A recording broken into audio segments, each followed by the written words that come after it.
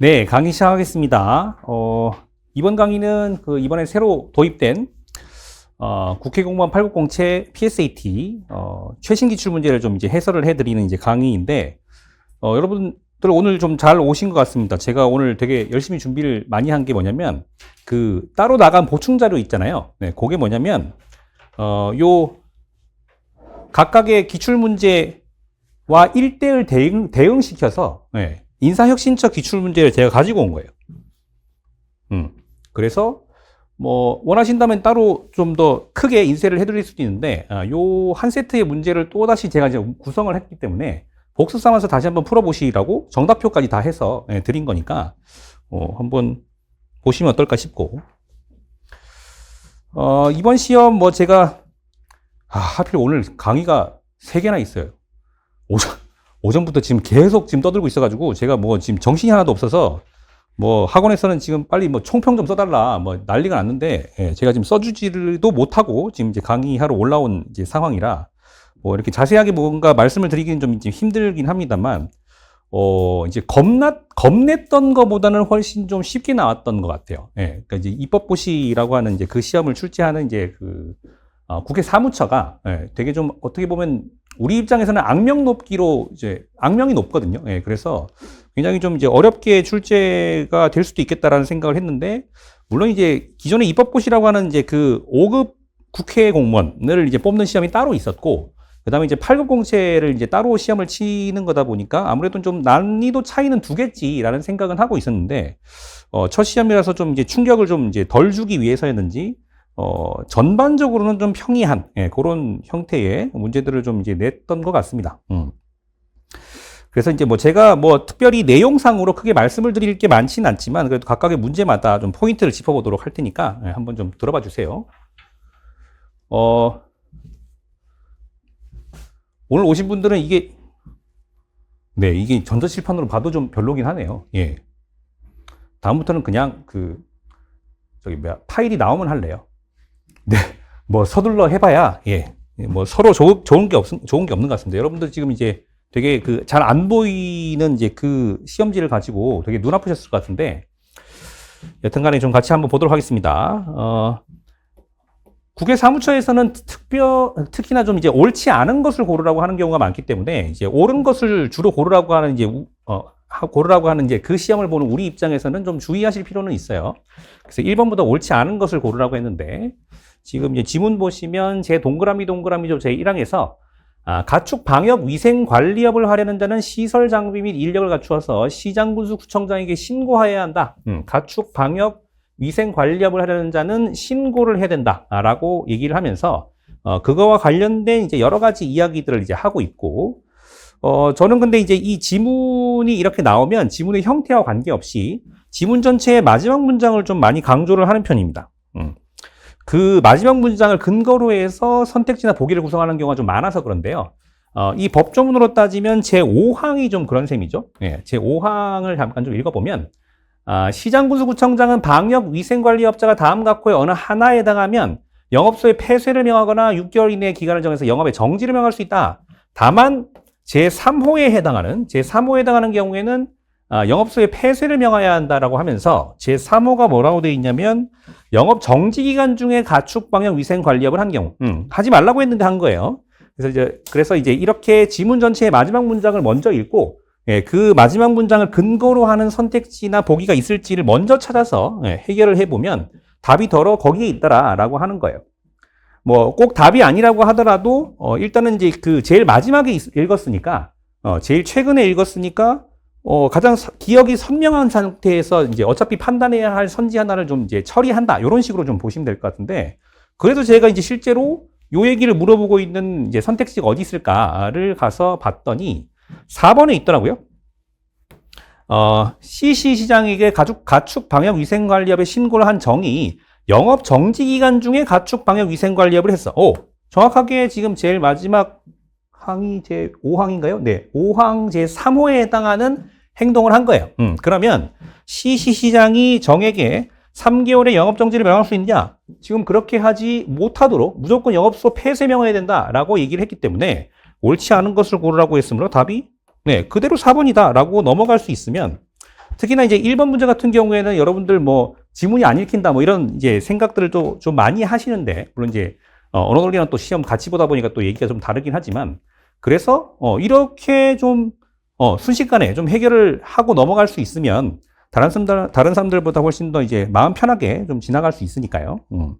그런 방식으로 좀 접근을 해보시는 것도 나쁘지는 않을 것 같다라는 생각이 들고, 다른 선택지들은 좀 평범해서 이 정도 설명을 드릴까 하는데, 혹시 질문 있으세요? 1번 관련해서? 괜찮으세요? 네. 그 다음에 2번. 2번에서는 각 조 옆에 지금 제목이 있죠? 이렇게 제목이 나와 있으면 제목만 읽어봐도 무슨 말을 하려고 하는 건지를 좀 잘 알 수 있을 텐데, 제 동그라미죠. 연차 유급 휴가 해놓고, 조가 하나군요. 네. 연차 유급 휴가와 관련해서 여러 가지 이제 얘기를 하고 있는 이제 그런 조문이고, 역시나 제일 마지막 문장에 해당하는 제 6항 먼저 좀 읽어볼까요? 제 1항부터 제 3항까지의 규정에 따른 휴가는 1년간, 괄호 뛰어넘고 1년간 행사하지 아니하면 소멸된다. 다만 사용자의 귀책 사유로 사용하지 못한 경우에는 그러하지 아니하다 라고 하면서 휴가를 1년 동안 사용하지 못한 4번 선택지에 있군요. 계속해서 근로한 기간이 1년 이상인 근로자 정이 사용자의 귀책으로 유급휴가를 1년 동안 사용하지 못하는 경우 그 휴가가 소멸되느냐 라고 했을 때, 아까 소멸되지 않는다라고 했으니까 이번에는 답이 아니에요. 이번에는 답이 아니고 답은 그 바로 밑에 있었습니다. 사용자는 사업 운영에 막대한 지장이 있는 경우 근로자 무가 청구한 시기와 달리하여 유급휴가를 줄 수 있다. 시기를 달리할 수 있느냐라고 하는 거, 유급휴가와 관련해서 그런 얘기가 네, 제 4항에 있군요. 근로자가 청구한 시기에 줘야 되는데 예외가 있네요. 다만 근로자가 청구한 시기에 휴가를 주는 것이 사업 운영에 막대한 지장이 있는 경우에는 그 시기를 변경할 수 있다 라고 되어 있기 때문에 옳은 것을 고르라고 했으므로 답이 5번이다 라고 가볍게 체크하시면 되고, 이거랑 비슷한 이야기가 네, 제가 관련 기출문제 자료로 제가 이번에 요 자료 준비하면서 이름을 좀 특이하게 지어봤어요. 대응 기출이라고. 각 문항별로 대응시켜놨어요, 문제를. 그래서 이제 문제 풀어보시다 보면 왜 그렇게 가지고 왔는지를 좀 아실 수 있을 것 같은데, 오른쪽에 있는 문제 2번에서도 그런 얘기를 하고 있었습니다. 제 1조 제 1항을 보시면 가족 돌봄 휴직이라고 하는 게 나오고요. 제 2항을 보시면 가족 돌봄 휴가라고 하는 게 나오는데, 이게 좀 달라요. 제 1항의 휴직 같은 경우에는 가족 돌봄 휴직을 신청하는 경우 이를 허용하여야 한다. 무조건 하라고 돼 있죠? 예. 근데 마지막 단서에서 마지막에 그러하지 아니하다라고 했어요. 자, 신청하는 경우 허용하여야 한다. 그러하지 아니하다라고 하면 이 그러하지 아니하다는 무슨 뜻이 되는 거죠? 허용하면 안 된다. 맞아요? 허용하여야 한다, 그러하지 아니하다. 그럼 그러하지 아니하다가 무슨 뜻이에요? 하여야 하는 것은 아니다가 정확해요. 하여야 하는 것은 아니다. 다시 말하면 허용하여야 할 의무가 있는 것은 아니다. 이런 의미이기 때문에, 그래서 1번 선택지 허용하지 않을 수 있다. 이게 정확한 표현이에요. 허용하면 안 된다 이렇게 하면 틀려요. 허용하지 않을 수 있다라고 해야 정확하게 허용하여야 한다의 반대말이 됩니다. 반대로 허용할 수 있다라고 본문이 나와 있었다면, 그래놓고 그러하지 아니하다라고 하면 할 수 있는 게 아니에요. 할 수 없는 거라고 봐야 되는데, 지금 여기서는 허용하여야 한다, 그러하지 아니하다라고 했으니까 허용 안 할 수도 있다. 근데 안 할 수도 있지만 해도 별 문제는 없는 거예요. 조문상 그 차이를 좀 명확하게 보실 필요가 있고, 그 다음에 이제 제가 말씀드리고 싶은 이제 조항은 제 2항인데, 제 2항에서는 가족 돌봄 휴가라고 하는 거를 신청하는 경우 이를 허용하여야 한다 라고 해놓고 그 뒤에 단서에서 뭐라고 했냐면, 이러저러한 경우에는 근로자와 협의하여 그 시기를 변경할 수 있다 이렇게 돼 있어요. 아까 휴직은 허용하지 않을 수도 있다라고 했는데, 휴가는 어때요? 허용하지 않으면 안 돼요. 예외가 없어요. 예외가 있는 게 아니라 이러저러한 경우에는 시기를 변경할 수 있다고 하는 거지, 시기 변경을 할 수 있다 뿐이지 허용을 해야 하는 거는 마찬가지다 라고 하는 차원으로 좀 이제 이 차이를 보실 필요가 있습니다. 예, 그래서 뭐 가족들 보면 휴직, 휴가 이런 단어도 다르지만 그 휴직이랑 휴가를 어떻게 이제 허용을 해야 되는지에 대한 이야기도 좀 다르니까 이런 것들 좀 이제 잘 보실 필요가 있다라고 하는 차원으로 제가 좀 가지고 왔습니다.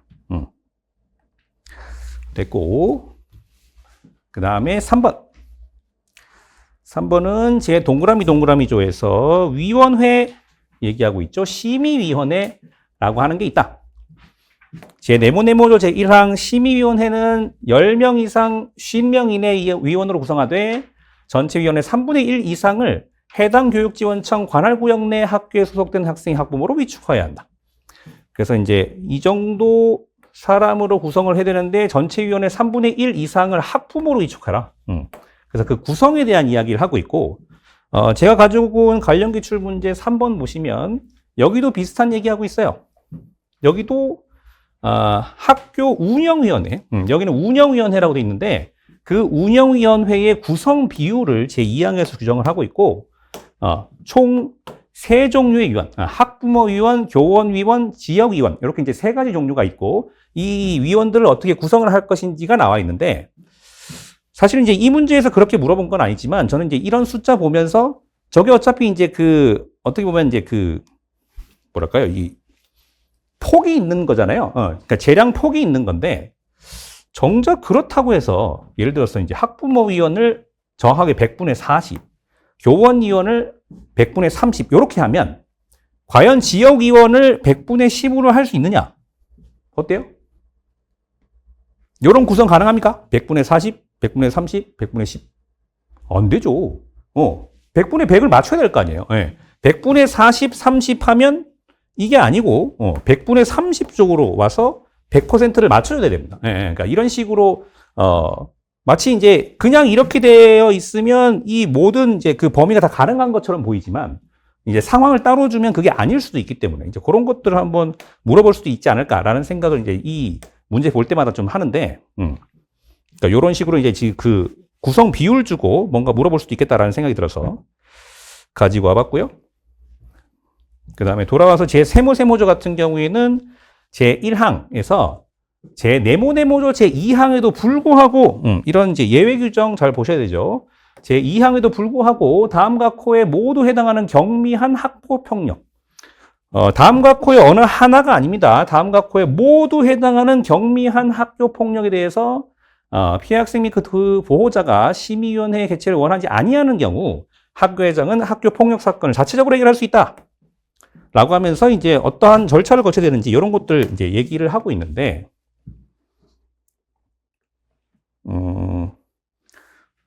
네.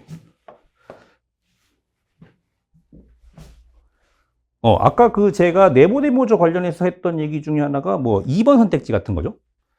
심의위원회 위원으로 위촉된 학부모가 4명일 수 있느냐라고 했을 때 심의위원회로 위촉되는 그 학부모 같은 경우에는 3분의 1 이상, 3분의 1 이상을 학부모로 위촉을 해야 되는데 최소 10명으로 구성할 수 있기 때문에 그 10명의 3분의 1 이상이라고 하면 사람은 쪼갤 수가 없으니까 4명 이상 위촉을 해야 된다라고 하고 있는 거라서 4명일 수도 있죠. 근데 이 문제도 지금 옳지 않은 것을 고르라고 했었기 때문에 답이 2번이 되는 건 아니고, 사실 이 문제는 5번이 좀 어려웠어요. 저는 이제 1, 2, 3, 4번 보고 다 맞으니까 5번이겠지 하고 넘어갔는데 5번을 막상 보니까 좀 어라? 할 수도 있겠더라고요. 심의위원회가 개최되는 경우 학교회장은 피해 학생과 그 보호자의 심의위원회 개최 의사 유무의 서면 확인을 받아야 한다. 라고 하는데 지금 그 심의위원회가 개최되는 경우에 대한 조문이 없어요. 왜냐하면 제 세모조 제1항은 그 심의위원회 개최를 원하지 아니하는 경우를 얘기를 하고 있거든요. 그러다 보니까 심의위원회가 개최되는 경우에 대한 이제 이 이야기가 전혀 없고, 그리고 여기서 물어보는 이 서면 확인 이라고 하는 건 제 세모조 제2항 제1호에 있어요. 피해 학생과 그 보호자의 심의위원회 개최 의사 유무의 서면 확인.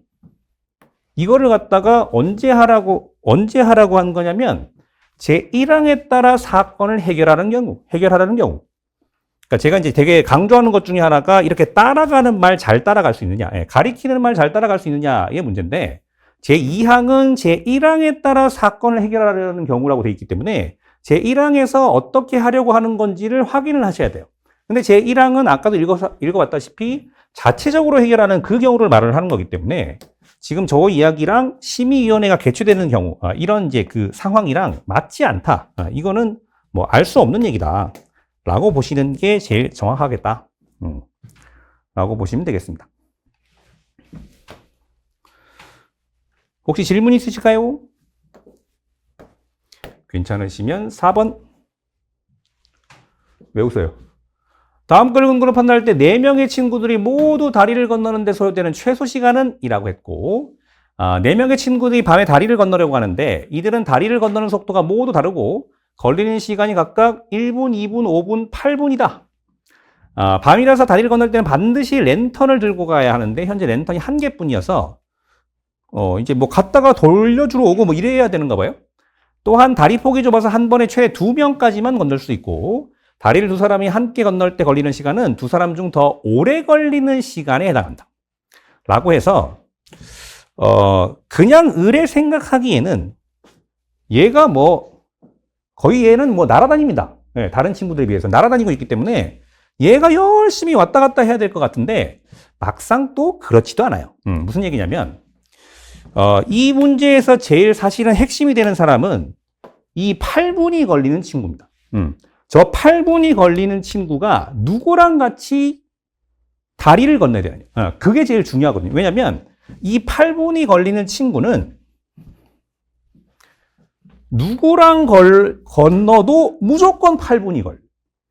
그러니까 아무리 날래다라고 하는 그 친구랑 같이 건너도 8분. 그러면 저 친구가 굳이 1분, 2분 뭐 이렇게 빨리 건널 수 있는 친구랑 같이 건널 이유가 전혀 없어지는 거죠. 그러니까 이 8분 걸리는 친구랑 5분 걸리는 친구가 같이 건너는 이런 방식으로 가야 되는 거고, 그렇다고 이 친구들을 먼저 보내면 랜턴을 돌려주러 돌아와야 되는데 그 돌아올 때 또 시간이 걸린단 말이에요. 그러니까 지금 이제 처음에는 어떻게 해야 되냐면 이 친구들은 이제 순서대로 갑을병정이라고 하면 갑이랑 을이 같이 건너가야 돼요. 이때 얼마 걸릴까요? 2분 걸리겠죠. 그러고 나서 돌아올 때 갑이 오면 딱 1분 만에 올 수 있어요. 자, 그러고 나서 어떻게 해야 돼요? 그러고 나서 병이랑 정이 같이 가야 되는 거예요. 갑이랑 같이 가면 아무 소용이 없거든. 그러니까 얘 둘이 같이 가서 어차피 8분 걸리니까 병도 묻어가라 이렇게 해야 되는 거죠. 그러면 이제 넘어간 사람들이 갑 빼고는 다 넘어간 거니까 갑을 데리러 또 이제 누가 출동해야 돼요? 을이 출동해야 돼요. 그러면 이제 갑을 데리고 올 수 있으니까 데리고 온다고 하더라도 역시나 2분이 걸리죠. 그래서 이거 다 더하시면 답이 나온다. 답 15분인가요? 네. 이렇게 되는 건데, 뭐, 민망하지만, 사실 제가 지난주에 이 문제를 냈었거든요. 네, 추론력 특강에서. 심지어 뭐도 똑같냐면, 여기 있어요. 2명 중 시간이 오래 걸리는 사람이 혼자 구름다리를 건너는 시간만큼이 소요됩니다. 뭐 이것까지 다 똑같이.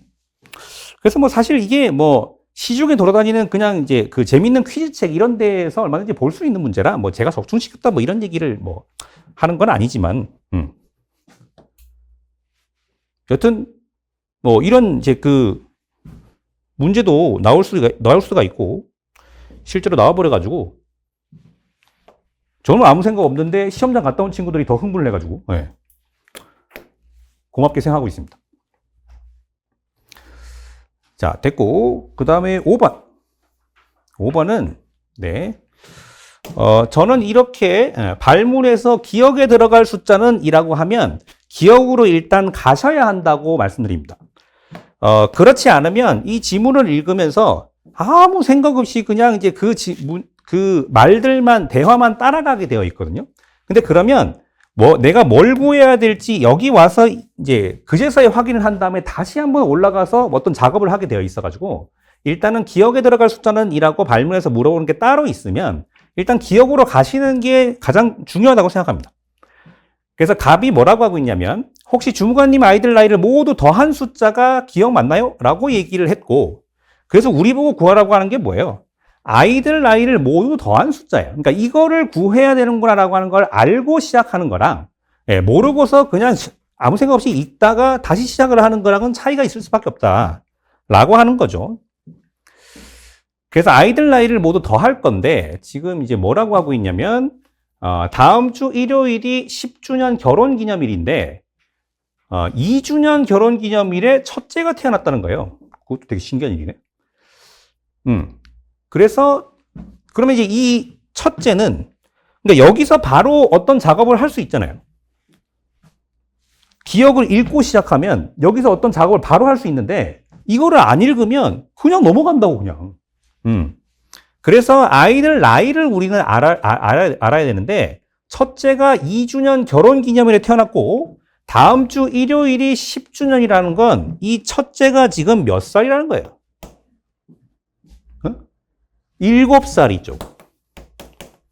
왜냐하면 생일이 안 지났기 때문이에요.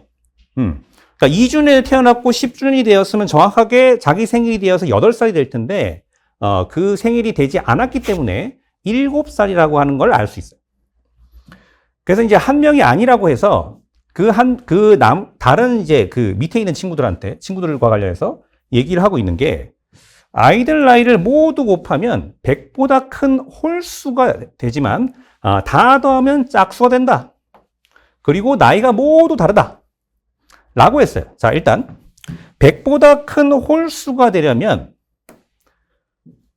이 아이들의 나이가 어때야 돼요? 다 홀수여야 돼요. 단 한 명이라도 짝수가 들어가 있으면 곱했을 때 홀수가 나올 수가 없어요. 다 짝수. 다 홀수. 그러니까 다 홀수여야 하는데 더하면 짝수가 된대요. 그럼 보세요. 그러니까 이런 문제 어디서 막 이제 돌아다니는 거 보시다 보면 대체로 애들이 3명이야. 그래서 7살, 5살, 3살 이러면 100 넘어가네. 곱했을 때 홀수고. 근데 이거 더해보니까 어떻게 돼요? 홀수잖아요. 그러니까 홀수를 홀수번 더하면 무조건 홀수가 나오게 돼 있어요. 그렇지 않아요? 왜냐면 홀수랑 홀수를 더하면 짝수가 되는데 거기다가 다시 홀수를 더하니까 무조건 홀수가 되게 돼 있다고. 홀수를 홀수번 더하면 무조건 홀수예요. 그러니까 다 더했을 때 짝수가 되려면 어떻게 돼요? 애들이 짝수명이어야 돼요.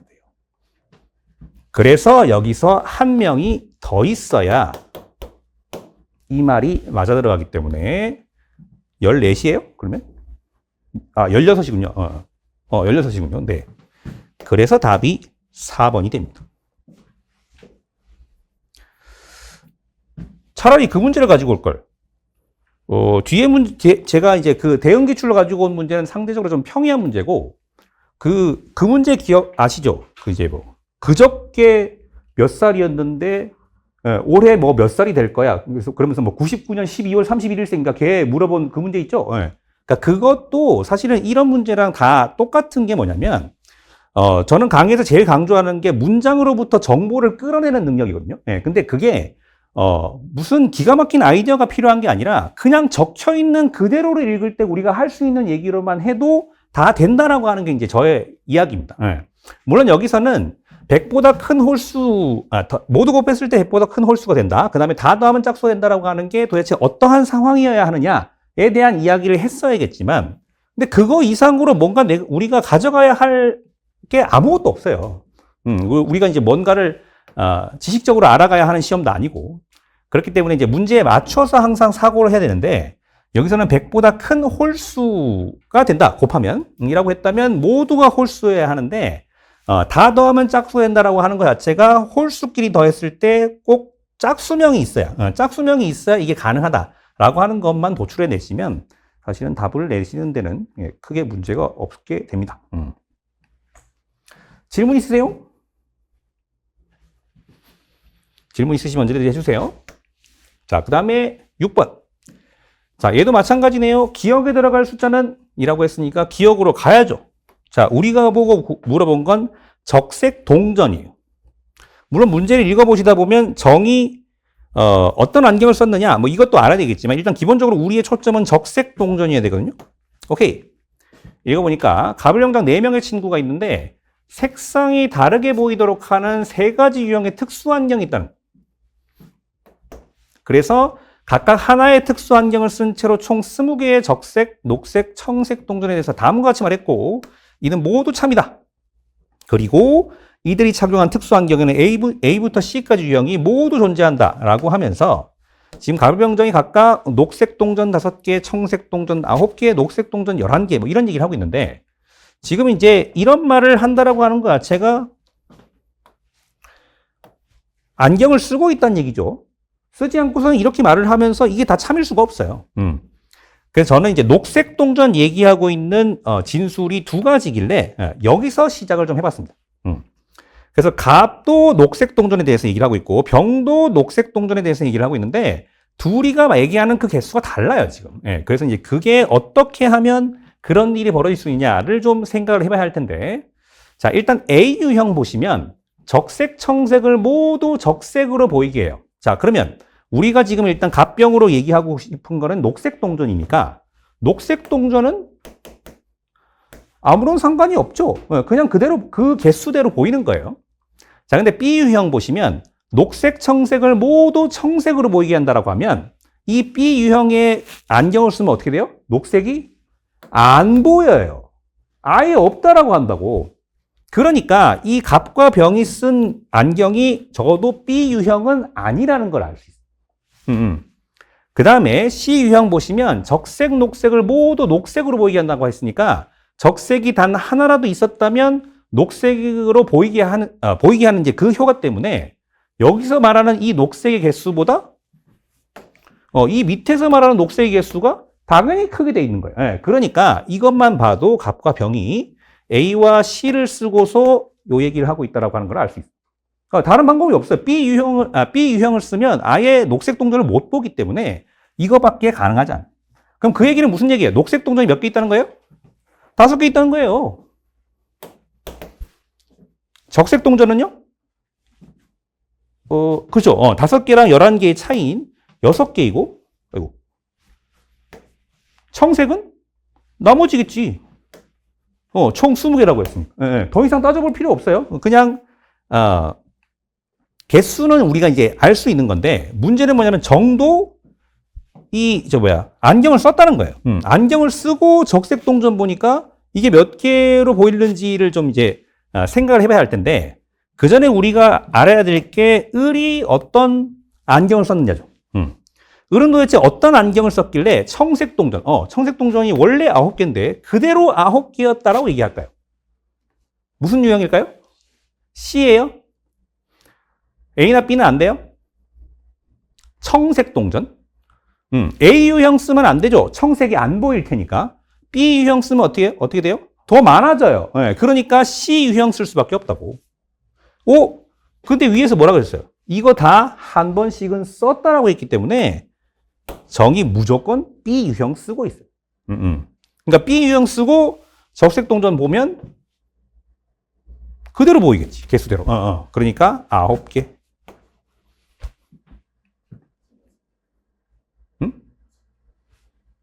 6개요? 적색? 예. 청색이랑 헷갈렸는데, 예, 죄송합니다. 이래서 9가 3번에 있군요. 넘어가도 되겠습니까? 네, 그 다음에 7번. 자, 7번에서는, 일단은, 아까랑은 달리, 내가 학생 가운데 한 명만 지시를 말하고 있다. 라고 하는 순간 참거짓 가려내라는 건데, 이런 문제에서 가장 중요한 건 상대방을 평가하는 진술부터 찾는 거예요. 자, 예를 들면 이런 거죠. 을은 거짓말을 하고 있습니다. 라고 하면 갑과 을이 모순 관계에 서면서, 아니다. 을과 정이 모순 관계에 서면서 둘 중에 어느 하나가 참이면 어느 하나가 거짓인 관계에 서게 된다라고 하는 게 우리가 이제 이런 문제들을 따져 나갈 때 굉장히 좀 이제 좋은 그 상황을 만들어주죠. 그러니까 제가 말씀드린 것 중에 하나가 뭐냐면 이런 경우를 따질 때 경우의 수가 3가지 이상이면 하지 마시고 2가지 이하면 하시라는 거예요. 3가지 이상이면 이거를 시간 내에 풀 수 있는 방법 자체가 그렇게 많지 않기 때문에 확률적으로 그런 문제는 뭐 풀더라도 나중에 2번째 턴에 푸는 게 훨씬 더 낫거든요. 그런데 이제 이런 모순되는 진술 같은 경우에는 이제 제가 말씀드리는 것처럼 을이 참이거나 정이 참이거나 둘 중에 어느 하나의 경우의 수만 지금 주는 거기 때문에 이런 진술부터 파고 들어가시는 것이 훨씬 좋다. 라고 하는 거고. 그러면 만약에 을이 참말을 하고 있습니다. 라고 해도 경우의 수가 2가지만 나올까요?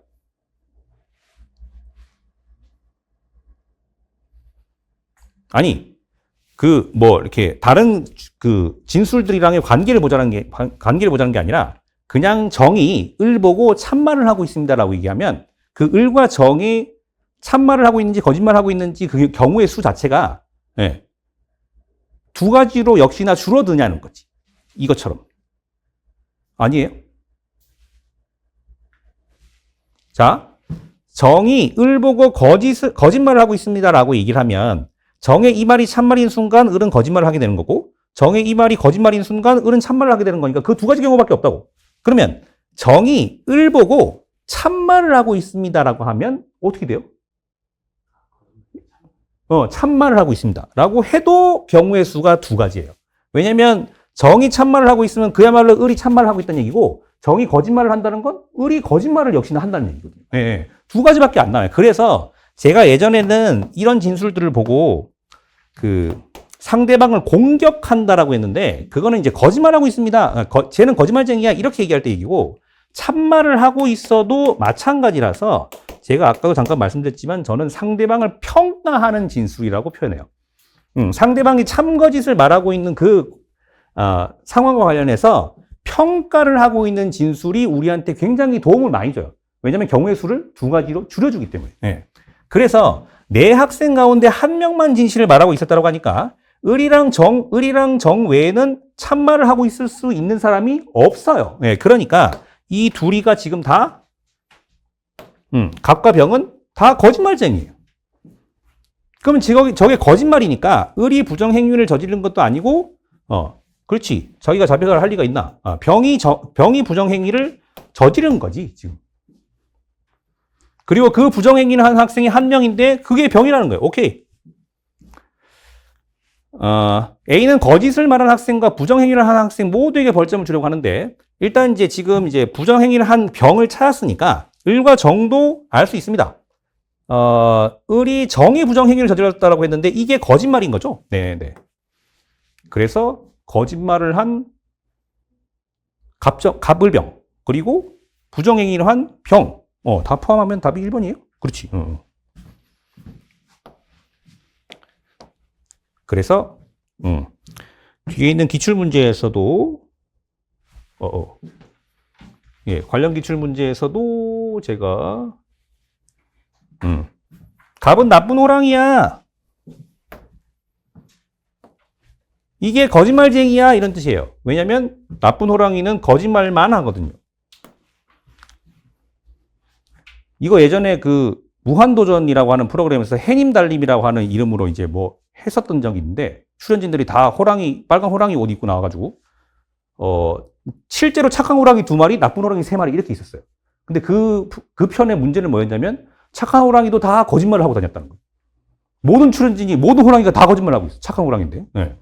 그러니까 그게 문제였는데 여기서는 착한 호랑이는 참말만 하고 나쁜 호랑이는 거짓말만 한다라고 했고 갑이 나쁜 호랑이야라고 얘기를 하는 순간 이게 거짓말쟁이야 이렇게 얘기를 하는 거기 때문에 이 둘이 서로 모순된다 라고 하는 거를 알고 있으면 좀 이 경우 따지는 게 수월해지죠. 그런 부분들 말씀드리고 싶어서 가지고 왔습니다. 네, 그래서 상대방을 평가하는 진술로 시작을 하는 게 유리하다라고 하는 점 하나 가져가 보시고 그 다음에 8번 8번 같은 경우에는 가불병 세 사람이 하트, 스페이드 두 가지 문양 중 하나와 붉은색, 검은색, 파란색 세 가지 색깔 중 하나의 조합으로 구성된 그림이 그려진 서로 다른 6가지의 카드를 각각 2장씩 나눠 갖고 있다는 거예요. 그러면 문양이 두 가지, 색깔은 세 가지, 총 6가지. 그거 그냥 다 남김없이 나눠 가진 거예요. 그래서 이제 이 사람들이 문양이나 색깔에 대한 정보 중 하나만 공개를 할 수 있는데 모두 참으로 얘기를 했다는 겁니다. 근데 갑은 뭐라고 했냐면 내가 가진 카드에는 검은색 그림이 있어. 근데 검은색 그림이 있어 라고 하는 건 전부 다 검은색이라는 건 아니죠. 네, 검은색 하나만 있어도 저렇게 얘기할 수 있는 거니까 일단 좀 열어놓고 생각을 하셔야 될 것 같고, 그 다음에 나는 하트 문양이 있는 카드가 하나도 없대요. 어잉? 그러면 얘는 스페이드밖에 없는 거네. 스페이드 2장. 그죠. 스페이드만 2장 있는 거예요. 그 다음 나는 붉은색 그림이 있는 카드만 갖고 있어. 근데 붉은색이 어차피 하트, 스페이드 하나씩밖에 없는 거 아닙니까? 그럼 이제 얘가 하트 하나, 스페이드 하나. 라는 건 얘가 하트 2개 갖고 있다는 얘기네. 맞죠? 갑은 같은 문양의 그림이 있는 카드를 갖고 있다. 맞네? 니은 갑과 병이 가진 카드 중 하트 문양이 있는 카드가 2장이다. 갑과 병? 3장인데? 디귿, 을이 가진 두 카드의 그림은 색깔이 서로 다르다. 스페이드 2. 그럼 색깔 달라야죠. 네. 그러니까 니은 빼고 기역 디귿이 맞네요. 물론 선택지가 입법고시에서는 이렇게 나오는 경우들이 종종 있거든요. 기역이 4개나 있는. 그래서 8급 공채니까 굳이 그렇게까지 하지는 않겠지만, 제가 최근에 그 입법고시 해설 강의하면서 24년도인지 5년도다. 25년도 문제 중에 답이 4번인 게 있었어. 한 문제. 와, 미쳐버리겠더라고. 네, 하여튼 뭐 입법고시 특인 것 같으니까 너무 신경 쓰지 마시고. 제가 가지고 온 관련 기출 문제는, 네, 요거 계절 카드 맞바꾸는 거. 그래서 이제 계절 카드가 총 이제 종류가 4종류가 있고 석장씩 있는데 그거를 다 4장씩 나누어 가졌다라고 하는 거 기반으로 해서 푸는 문제 좀 가지고 왔으니까 나중에 복습하면서 한번 풀어보시길 바랍니다. 네, 질문하세요. 예, 7번이요. 네. 네.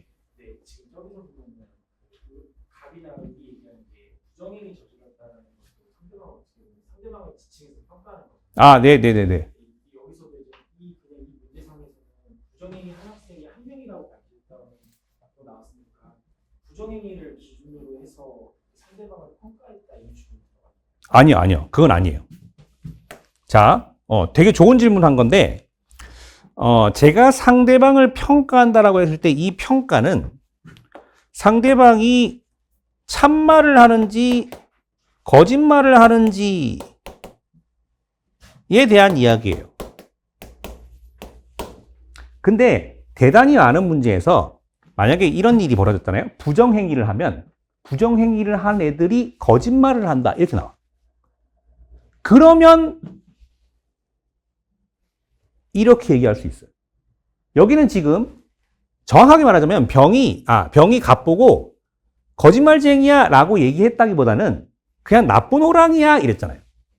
근데 그 나쁜 호랑이라고 하는 게 결론적으로 거짓말만 한다라고 했기 때문에, 그래서 결론적으로 봤을 때 병이 갑보고 거짓말쟁이라고 얘기를 한 거다라고 하는 거지, 사실은 나쁜 호랑이야 라고 하는 것 자체가 거짓말만 한다라고 연결되지 않으면 이거는 이 문제에서는 평가하는 진술이라고 할 수 없어요.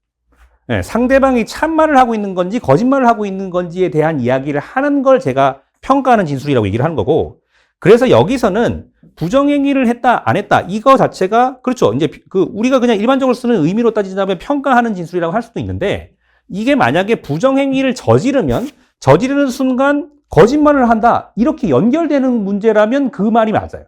근데 여기서는 그게 연결되는 게 아니라, 다시 말하면 참말을 하는지 거짓말을 하는지의 문제와 부정행위를 저질렀는지의 문제가 독립적으로 아무 관련이 없는 상황이기 때문에 부정행위를 저질렀다라고 하는 저 진술 자체를 지금 제가 말씀드린 평가하는 진술이라고 얘기하지 않아요. 그러니까 물론 이제 평가한다라고 하는 표현 자체가 제가 쓰는 거기 때문에 뭐 이거를 가지고 되게 좀 헷갈리실 수는 있겠지만, 제가 말씀드리는 건 하여튼 참말을 하느냐 거짓말을 하느냐 그 부분이에요. 근데 그게 어떤 문제들은 어떤 행위나 어떤 행위에 엮여서 그러니까 이런 특성을 가지면 무조건 거짓말을 한다 이렇게 연결되는 경우들이 있긴 해요. 예, 그러면 평가하는 진술이 될 수는 있죠. 예, 예, 예. 그건 되게 좋은 질문인 것 같네요. 네. 또 좋아요. 그 다음에 9번. 말하다 보니까 되게 시간이 오래 가네요. 잠깐 쉬었다가 2교시까지 해야 되겠네. 자, 9번 보시면 이거는 뭐 골수 검사에 대해서 우리 잘 알지 못하지만 골수 검사에 대해서 열심히 설명하고 있는 이제 지문인데 얘도 마찬가지로 지문 전체의 마지막 문장 좀 읽어보니까 네, 환자의 전반적인 상태나 검사 부위의 합병증 발생 여부를 직접 파악할 필요가 있을 때에는 의사의 일반적인 지도 감독만으로는 부족하고 실제로 구체적인 감독, 검사 현장에 입회를 해서 구체적인 지도 감독을 해야 된다. 뭐 이런 얘기를 이제 하고 있어가지고 그거 관련해서 물어보는 게 있을까를 찾아봤더니 여기 5번에 있네. 그래서 전반적인 상태를 직접 파악할 필요가 있을 때에는 의사가 골수 검사 현장에 입회해야 한다라고 하는 얘기를 하고 있으니까 옳은 걸 고르라고 했으므로 답이 5번이다라고 뭐 간단하게 할 수 있을 것 같습니다. 다른 얘기들은 특별히 제가 뭐 짚어드릴 만한 얘기는 없어서 뭐 이 정도로 넘어가도록 하고 그 다음에 10번. 10번은 제가 무슨 얘기를 하고 싶은 거냐면 요 식을 내가 보기 좋게 바꿀 수 있느냐? 뭐 별건 아닌데 지금 R0에서 PR0를 빼라는 거잖아요. 근데 P가 면역 비율이니까 당연히 1보다 작은 값일 테고 1-P 곱하기 R0 이렇게 바꿀 수 있거든요. R1이라고 하는 게. 그러면 지금 여기서 R0 줬고 P 줬으면 1에서 이거 값들 뺀 거 곱한 게 R1이라는 거거든요. 예, 예. 그러니까 15에다 0.4 곱하면 6이고 5에다 1 곱하면 5고 12에다가 절반하면 6이고 16에서 이거 8분의 1이잖아요. 맞죠? 8분의 1, 8분의 1이잖아. 그럼 8분의 7. 그럼 14? 얘 4분의 1이니까 4분의 3, 6. 하고 나면 같은 값이 나오는 게 이제 AC이다. 라고 하는 건데, 비슷한 얘기를 또 우리 인사혁신처 기출에서 또 할 수 있죠. 오른쪽에 10번. 맨 마지막에. 잠깐 볼게요. 위원회 참석 수당 및 원고료는 지급 기준액에서 다음과 같은 기타 소득세와 주민세를 원천 징수하고 지급한다. 라고 하면서 기타 소득세가 어떻게 계산한다고 되어 있냐면 지급 기준액에서 필요경비를 빼고 거기다가 소득세율을 곱하는데 맨 마지막 각주가 뭐라고 되어 있냐면 필요경비는 지급 기준액의 60%로 한다.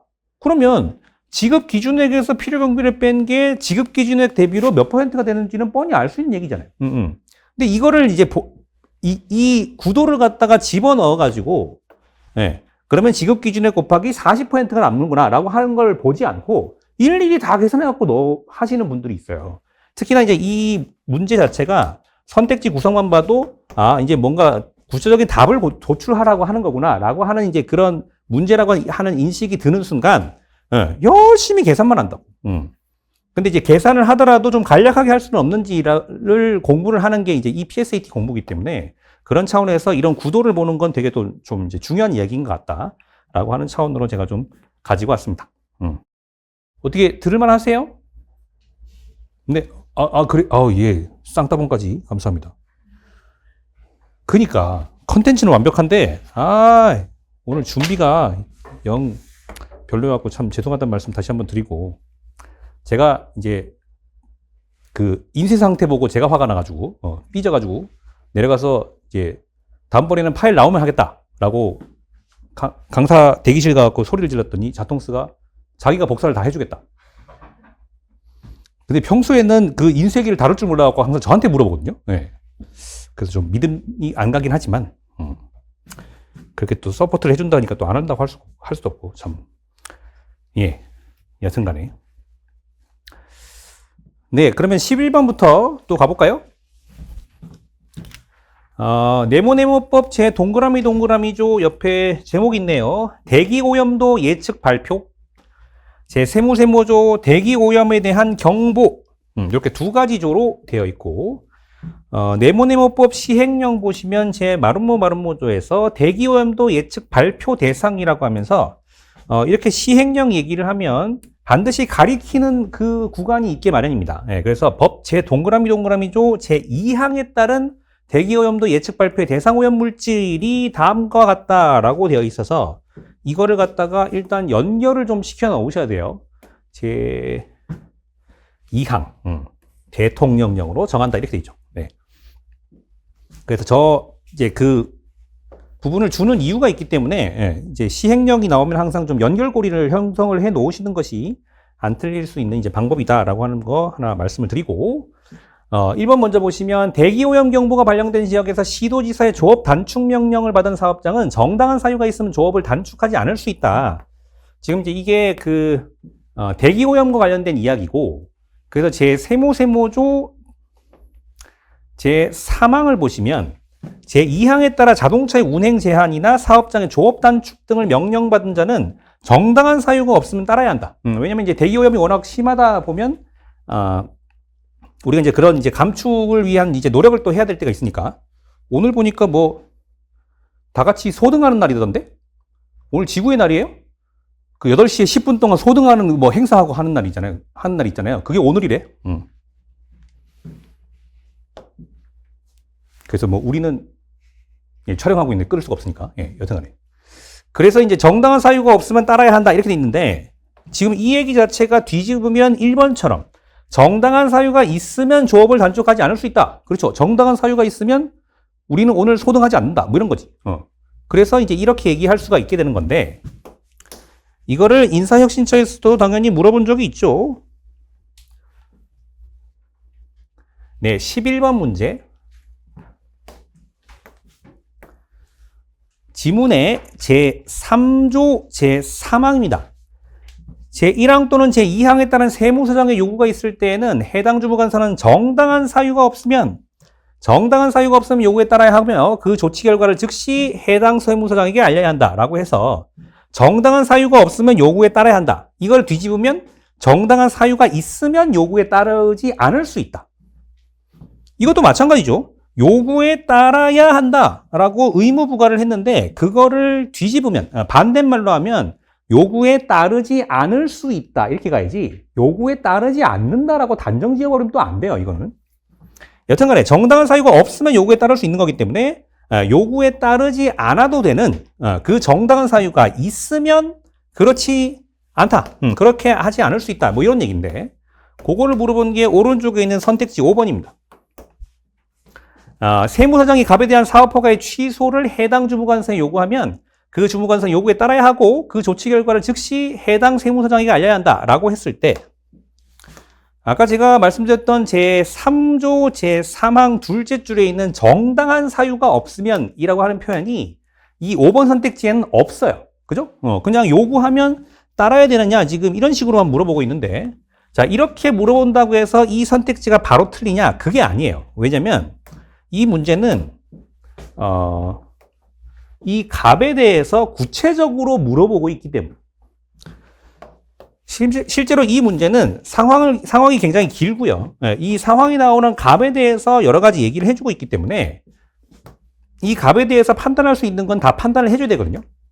근데 지금 이제 이 5번에서 얘기를 하는 사업허가의 취소, 사업허가의 취소라고 하는 표현은 제3조 제2항 셋째 줄 뒤쪽에 있어요. 취소. 근데 제가 이거를 왜 강조를 하냐면 제3조 제1항이랑 2항이 좀 요건이 달라서 그래요. 제1항은 허가 등을 하지 아니할 것을 요구할 수 있다 이렇게 돼 있는데, 이렇게 하기 위한 요건이 뭐가 있냐면 그냥 납세자가 국세를 10원이라도 체납하면 이럴 수 있다는 거예요. 제1항은.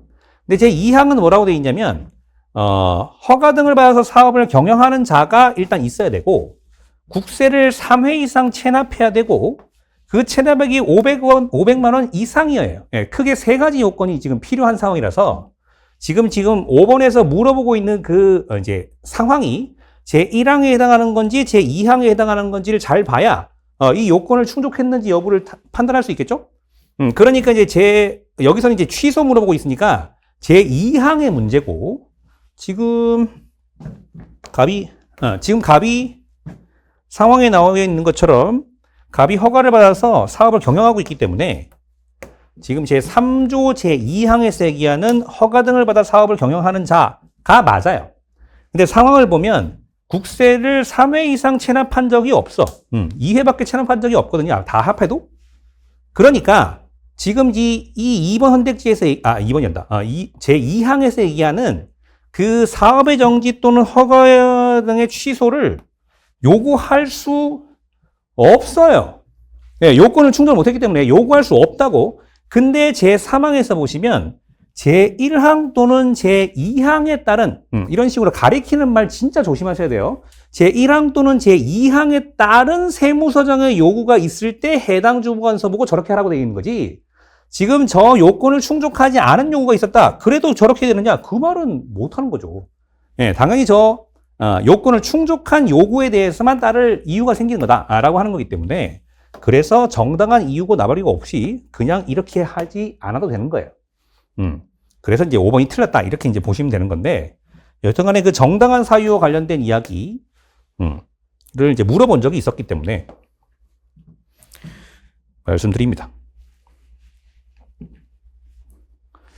네, 돌아와서 그래서 이제 1번이 답이고 4번까지만 볼게요.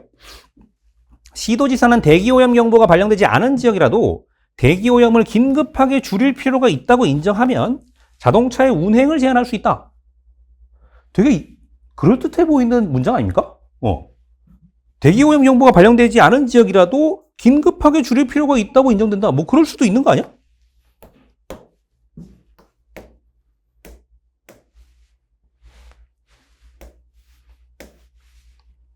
자동차의 운행을 그게 아까 봤던 제3세무조 제2항의 문제군요. 시도지사는 대기오염 경보가 발령된 지역의 대기오염을 긴급하게 줄일 필요가 있다고 인정하면 그런 조치를 취할 수 있는데, 다시 말하면 대기오염 경보가 발령된 지역이어야 한다라고 하는 이제 요건이 필요한 거니까 그게 아닌 지역도 가능하다 이런 얘기 자체가 없기 때문에 말은 그럴 때 보이나 이렇게 말을 하기가 힘들다. 이 지문 가지고는 라고 보시면 되겠습니다.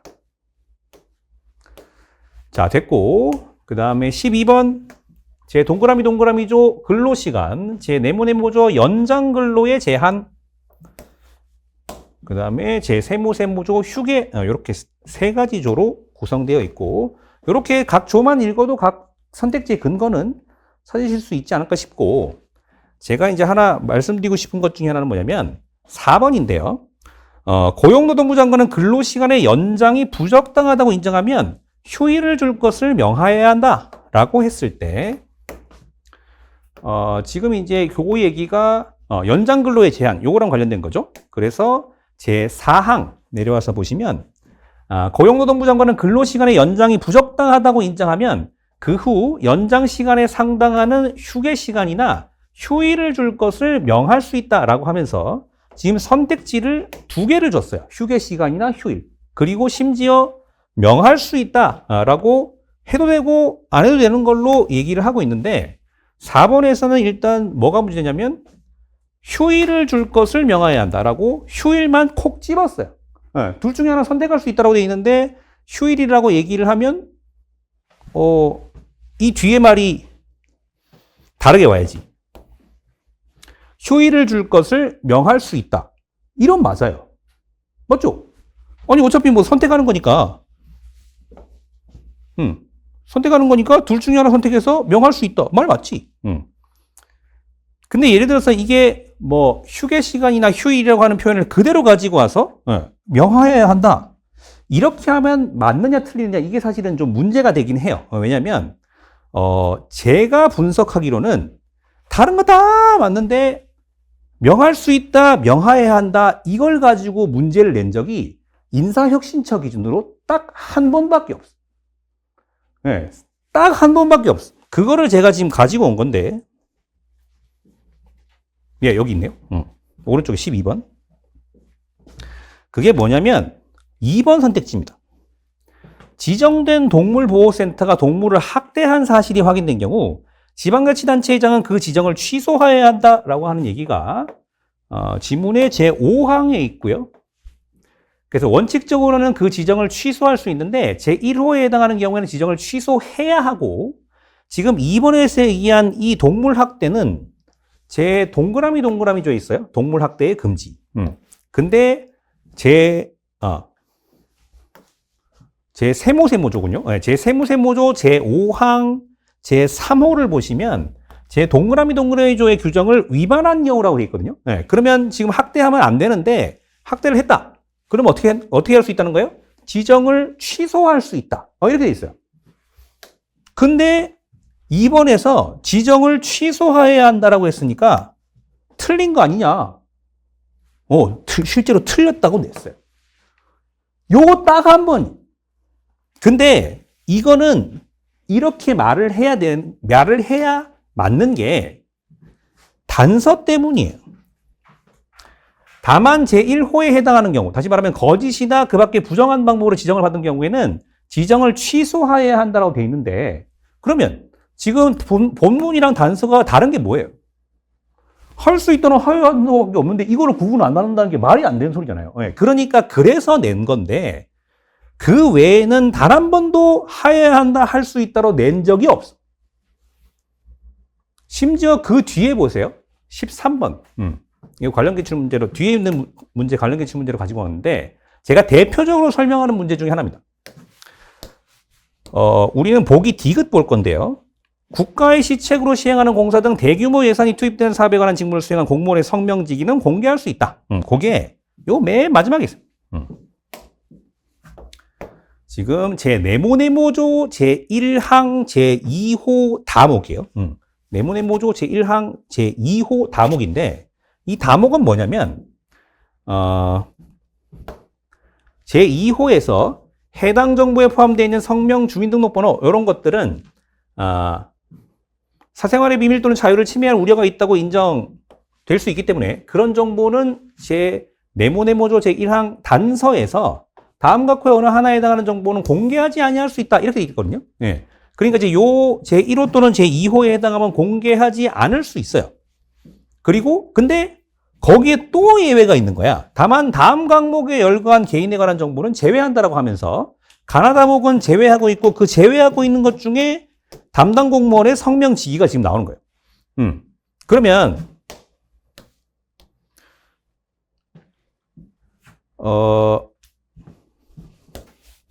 지금 디귿에서 얘기를 하고 있는 건 국가의 시책으로 시행하는 공사 등 대규모 예산이 투입되는 사업에 관한 건데 이 표현이 제1조 제1항 제2호에 있습니다. 이 사업에 관한 정보는 어떻게 하래요? 정기적으로 공개를 하라는 거예요. 다음 각호의 어느 하나에 해당하는 정보에 대해서는 정기적으로 공개를 해야 한다. 다만 제 네모네모조 제1항 각호의 어느 하나에 해당하는 정보에 대해서는 그러하지 아니하다. 그러면 해야 한다, 그러하지 아니하다. 무슨 뜻이라고요? 공개를 하지 않을 수 있다. 그래서 공개를 하지 않을 수 있는 그 비공개 대상 정보를 규정을 하는데 그게 제1호 또는 제2호라는 거고 다만 거기에 대해서 다시 예외를 설정을 한 게 지금 다목인 거예요. 그러면 공개를 하지 아니할 수 있는 그 범위에서 벗어나는 거죠. 얘는. 맞죠? 공개를 하지 않을 수 있는 범위에서 벗어나는 거예요. 그러면 예외에 다시 예외를 설정하는 거니까 원칙으로 돌아가야 되고 그 원칙은 뭐라고 돼 있다고요? 정기적으로 공개해야 한다 이렇게 돼 있다고. 근데 밑에서 뭐라고 돼 있어요? 할 수 있다 이렇게 돼 있어. 근데 이거 맞다고 냈어요. 이건 뭐냐는 거지. 그래서 지금까지 나온 기출문제를 설명하는 제일 좋은 설명은 공개할 수 있다가 하여야 한다보다 넓은 의미라는 거예요. 그러니까 넓은 의미이기 때문에 하여야 한다라고 한 거를 할 수 있다라고는 할 수 있는데 지금 오늘 풀어보신 문제처럼 할 수 있다라고 했는데 하여야 한다라고 하면 의무가 없는데 의무가 있는 것처럼 얘기를 한 거니까 그렇게 얘기할 수는 없다라는 거지. 그러니까 제가 저도 이걸 설명하기가 되게 좀 어려웠던 게 뭐냐면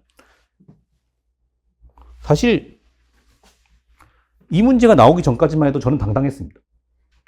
하야한다 할 수 있다는 중요하지 않아. 모의고사에서나 주장창 물어보지, 예, 기출문제에서는 단 한 번도 물어본 적이 없다. 예, 그러니까 이제 그거 가지고, 다른 거 다 맞는데 하야한다 할 수 있다, 이것만 가지고 틀렸다고 하지 마라.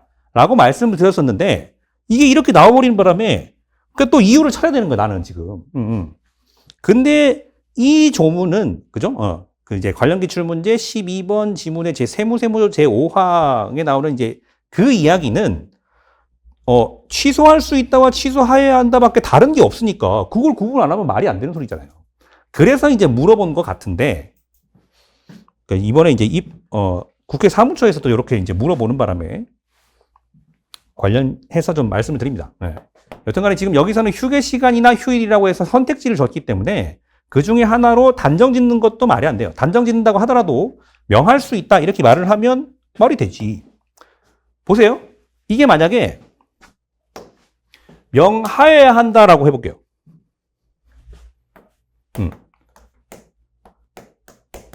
휴게 시간이나 휴일을 줄 것을 명하여야 한다 이랬어. 근데 휴일을 줄 것을 명할 수 있다.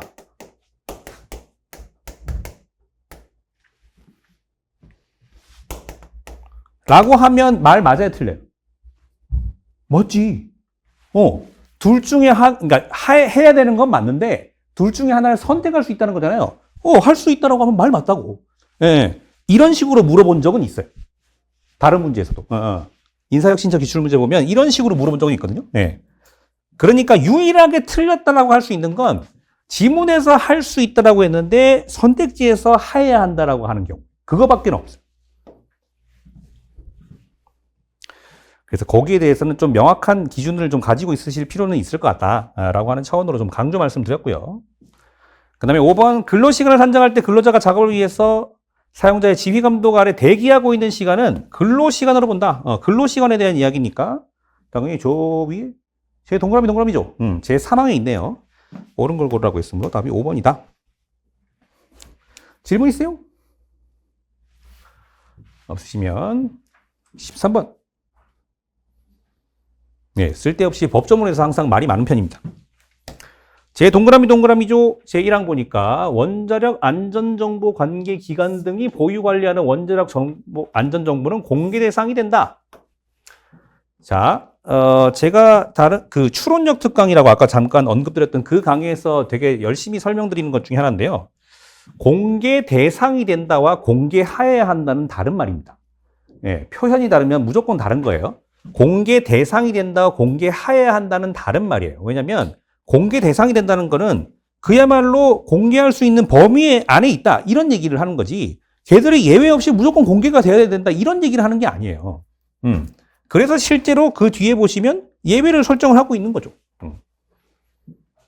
그리고 아까 보셨던 그 기출문제 인사혁신처 거 13번에도 보시면 제 네모죠. 제 1항 본문에서 공공기관이 보유 관리하는 정보는 공개 대상이 된다. 이렇게 있어. 공개해야 한다 아니에요. 대상이 되는지 여부랑 여기서로 따지자면 공개라고 하는 게 그 실시를 하는지 여부. 다시 말하면 저는 대상과 실시라고 하는 이제 주제 이름으로 설명을 드리거든요. 그러니까 이제 그 대상이 되는지 여부와 실제로 그걸 그렇게 한다는 건지 여부는 좀 달라요. 네, 그래서 그거는 좀 구분을 하실 필요는 있습니다. 여튼간에 이제 다음 각호의 어느 하나에 해당하는 원자력 안전 정보는 공개하지 아니할 수 있고 이제 그 부분에 대해서 물어보는 건데 저는 왜 이걸 틀렸을까요? 1번 원자력 안전정보 관계기관 등이 보유 관리하는 원자력 안전정보로서 영업비밀에 해당하는 것이라면 공개될 경우 원자력 사업자의 정당한 이익을 해칠 우려가 없다고 인정되더라도 공개하지 아니할 수 있다.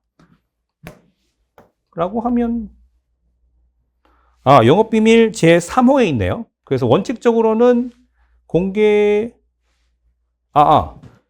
지금 요건이 두 가지인 거죠. 예, 영업비밀에 해당하는 정보로서 하나, 공개될 경우 원자력 사업자의 정당한 이익을 현저히 해칠 우려가 있다고 인정되는 원자력 안전정보. 이렇게 이제 요건이 두 가지가 있는 거니까, 이런 요건, 이런 우려가 없다라고 하면 공개하면 안 되죠. 공개해야죠. 공개해야죠. 그래서 이제 1번이 옳지 않고요. 2번, 원자력 안전정보 관계기관 등은 비공개 대상 원자력 안전정보의 범위에 관한 세부 기준을 공개하지 아니할 수 있다. 지금 여기서는 그 정보 자체를 얘기를 하는 게 아니라 기준을 공개하라는 거예요. 예, 그래서 그런 얘기는 없습니다. 예, 그러니까 기준을 무조건 공개를 해야 된다라고 되어 있고, 그 다음에 3번, 원자력 안전정보 관계기관 등은 비공개 대상 세부 기준에 해당하는 원자력 안전정보가 일정한 기관이 경과한 경우 반드시 공개해야 한다. 이것도 반드시라고 얘기할 수는 없어요. 예외가 규정되어 있고요. 그 다음에 4번, 원자력 안전정보와 관련된 직무를 수행한 공무원의 성명지기는 공개 대상이 된다. 그렇죠. 이렇게 말을 해야 맞는 거예요. 이거를 공개해야 한다 해도 틀릴 수 있어요. 네, 무조건 그렇게 하는 게 아니라면. 네, 그 정도 말씀드리면 될 것 같고요. 14번은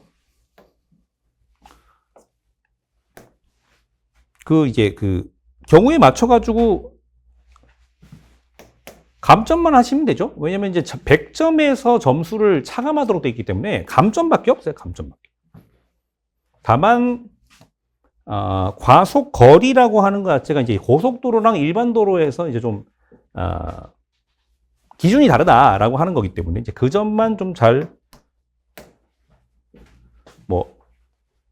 하셨으면, 별 문제는 없는 문제입니다. 네. 넘어가도 돼요? 네. 이거 계산 굳이 같이 하고 있을 이유가 없어서 넘어가고. 그 다음에 15번. 한 번에 산책시킬 수 있는 강아지 수의 최소값과 최대값을 알맞게 짝지은 것은? 이라고 했고, 지금 A 강아지 유치원에는 6마리의 강아지가 다니고 있습니다. 이 유치원은 상황과 같은 산책 조건이 충족될 때만 강아지를 산책시킬 수 있는데, 지금 상황 보시면, 나리와 부기는 자매이기 때문에 반드시 함께 산책시켜야 한다. 제가 잠깐 멈칫한 이유가, 물어본 게 최소값이랑 최대값이잖아요. 이렇게 얘기를 하는 순간, 당연한 얘기지만, 이 조건을 만족시키는 경우의 수가 2가지 이상이라는 거예요.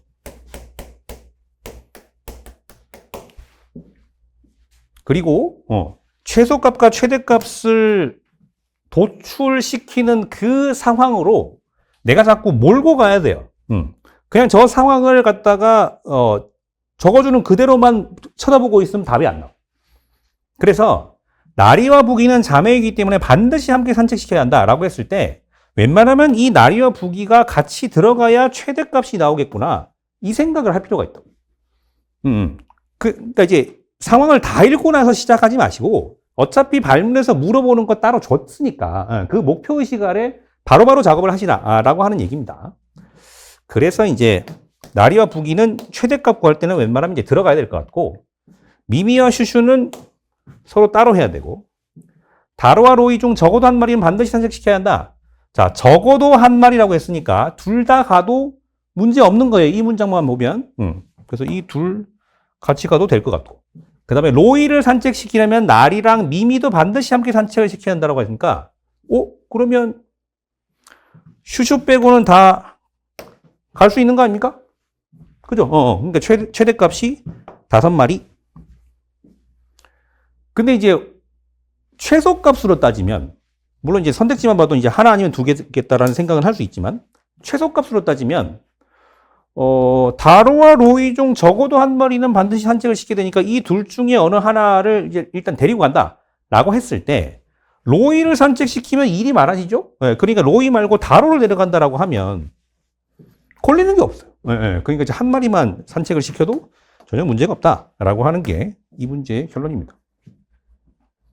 왜? 뭐라고? 예. 그냥 넘어가. 문제를 잘못 푼 건 아니잖아요. 그죠? 자, 그 다음에 16번. 자, 모임 날짜 물어봤는데, 가나다라마라는 친구들이 1월 중으로 모임 날짜를 정하려고 하고, 모임 날짜에는 이 5명이 모두 참석할 수 있어야 되는데, 그러한 날이 다수라면 가장 빠른 날을 모임 날짜로 한다.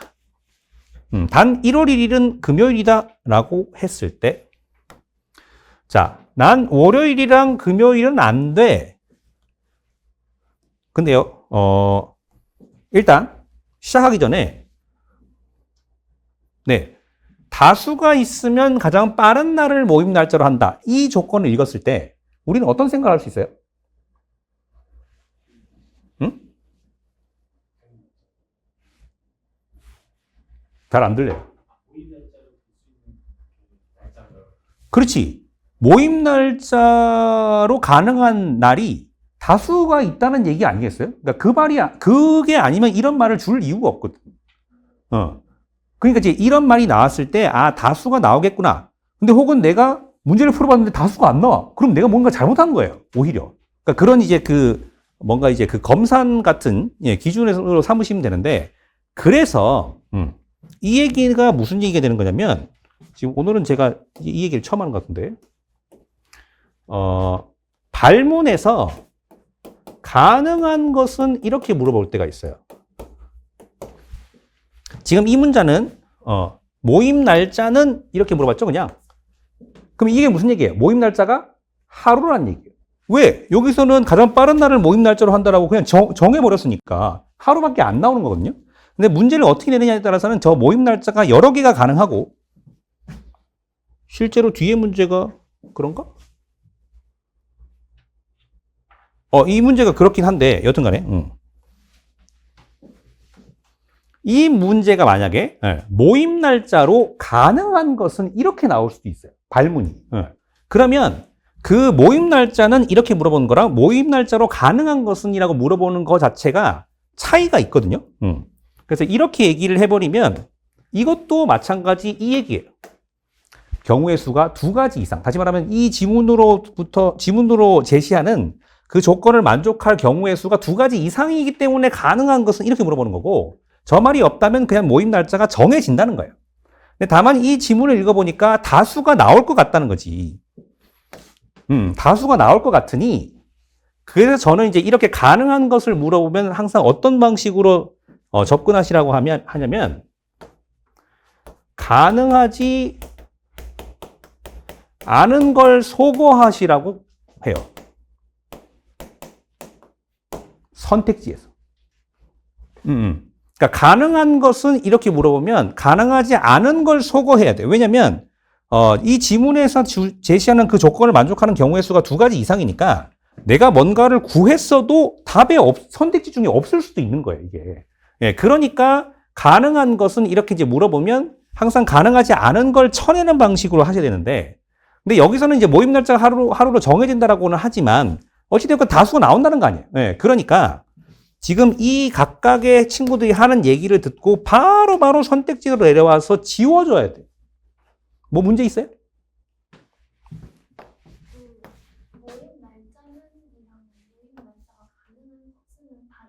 네, 다른 말이라는 거예요. 네네네. 맞아요. 네. 네. 그래서 모임 날짜는 이라고 물어보면 하나로 정해지니까 그렇게 얘기를 하는 거고, 모임 날짜로 가능한 것은 이렇게 얘기를 하면 모임 날짜로 가능한 그 날짜들이 말 그대로 2가지 이상이라서 그런 표현을 쓰는 거기 때문에 이 발문만 보고도 우리가 문제풀이를 어떤 방식으로 해 나가야 할지를 알 수 있다라고 하는 게 이제 저의 생각입니다. 그래서 가능한 것은 이렇게 물어보면 이 조건을 만족하는 경우의 수가 2가지 이상이니까 내가 열심히 구해가지고 답이 이거다라고 했는데 선택지 중에 답이 없을 수도 있는 거예요. 왜냐면 경우의 수가 2가지 이상이니까 그 중에 하나만 답이라는 거 아니에요, 지금. 그러니까 이렇게 물어보면 항상 가능하지 않은 걸 소거하시라고 하는데, 근데 지금 이 문제는 모임 날짜가 하나로 정해지긴 하지만 실제로는 다수가 있어서, 그지? 다수가 있어서 가장 빠른 날을 그냥 하게 된다라고 하는 것 뿐이니까 바로바로 이 얘기 들으면서 내려와서 지워버려야 된다는 거예요, 지워버려. 그래서 1월 1일이 금요일인데 가희가 난 월요일이랑 금요일은 안 된다라고 했으니 지금 금요일이 1일이면 당연히 8일, 15일, 22일, 29일이 다 어떻게? 월요일이라는 얘기예요. 이게 이날 안 된다는 거 아니야, 지금. 15일 없네? 근데 금요일도 안 된다면서요? 금요일은 언제예요? 나흘 뒤죠. 예. 이게 금요일이군요. 월요일은 그러면 토, 일, 월 3일 뒤에 3일 뒤. 그러면 8일 기준으로 보면 11일. 아이고. 나 왜 이렇게 흥분했니? 11일. 이게 월요일이니까 안 된다고. 이렇게 지워나가셔야 돼요. 이게 문제를 빨리 푸는 길이에요. 그리고 나희는 주말에 미리 약속이 많아서 평일만 된다는 거예요. 16일은 가능하긴 하지만. 그래서 이제 이 나희의 이야기를 적용을 하자면 주말을 지워야 될 거 아니에요. 주말을. 그러면 어떻게 돼? 지금 8일이 금요일이라고 했으니까 9일, 10일, 뭐 16일, 17일 뭐 이런 날들 안 된다는 거 아니에요. 10일 여기 안 되네. 주말이니까. 근데 이미 이게 월요일인 줄 알았으면 다들 무슨 요일인지는 알 수 있겠네요. 그죠? 바로바로 알 수 있는 상황이 돼버렸고. 그 다음에 다희. 뭐라고 하냐면 3회 배수인 날에는 선약이 있어서 힘들 것 같다. 무슨 약속을 이렇게 잡는 걸까요, 얘는? 3회 배수? 12일 안 돼. 그 다음에 라희. 1월의 두 번째 수요일, 두 번째 목요일, 네 번째 화요일이 어려울 것 같대요. 근데 보세요. 얘들은 몇 번째 요일이에요? 내 강의 듣는 사람들은 대답할 수 있어요. 두 번째지. 왜냐면 저는 달력 그릴 때 무조건 이렇게 그리시라고 하거든요.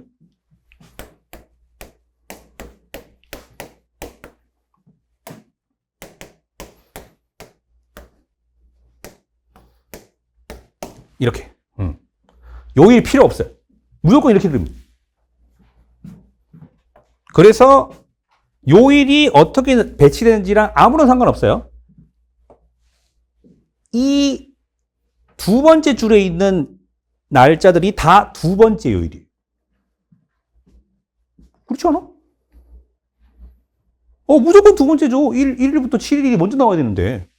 그러니까 8일부터 14일까지는 여기 14일. 무조건 두 번째 요일이에요.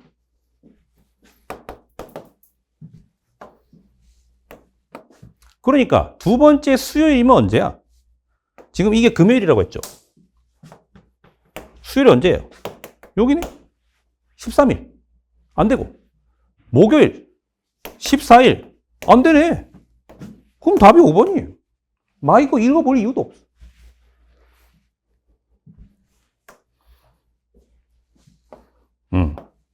그래서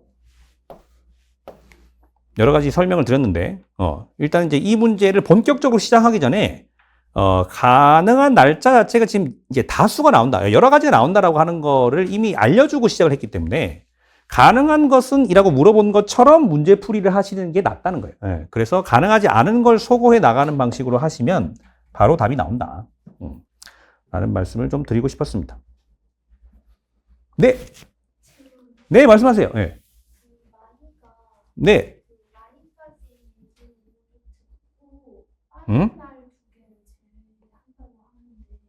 네, 네. 근데 이미 라인까지 했을 때 맞아요. 네, 네. 그 16일이 세 번째 빠른 날이 되는 게 맞나요? 뭐, 안 해봤지만 아마도 그렇지 않을까요? 세 번째 이후긴 하겠죠. 네. 왜냐면 지금 이 선택지상으로는 9일 이전이 없잖아요. 그러니까 그 중에 아마 하루 이틀이 있을 거예요. 첫 번째, 두 번째 있을 거예요. 그러니까 이들 중에 두 번째가 아니고, 그죠? 이들 안에서 가능한 날짜 중에 첫 번째, 두 번째가 아니고, 전체 1월 안에서 얘기를 하는 거니까, 아마 그 날짜들이 9일 이전이지 않을까 싶습니다. 그러면, 뭐, 돌아보지 않고도 그냥 답을 5번으로 확정하실 수 있죠. 네. 좋은 질문이네요. 또. 됐고. 자, 17번은 제 강의를 들었으면 틀리면 안 돼요. 왜냐? 자, 1부터 15까지의 숫자를 갑과 을이 배치를 하는데, 배치된 각 자리별로 숫자가 더 큰 사람이 득점을 한다고 되어 있습니다. 단 같은 숫자를 같은 자리에 배치하면 두 사람 모두 득점하지 못한다.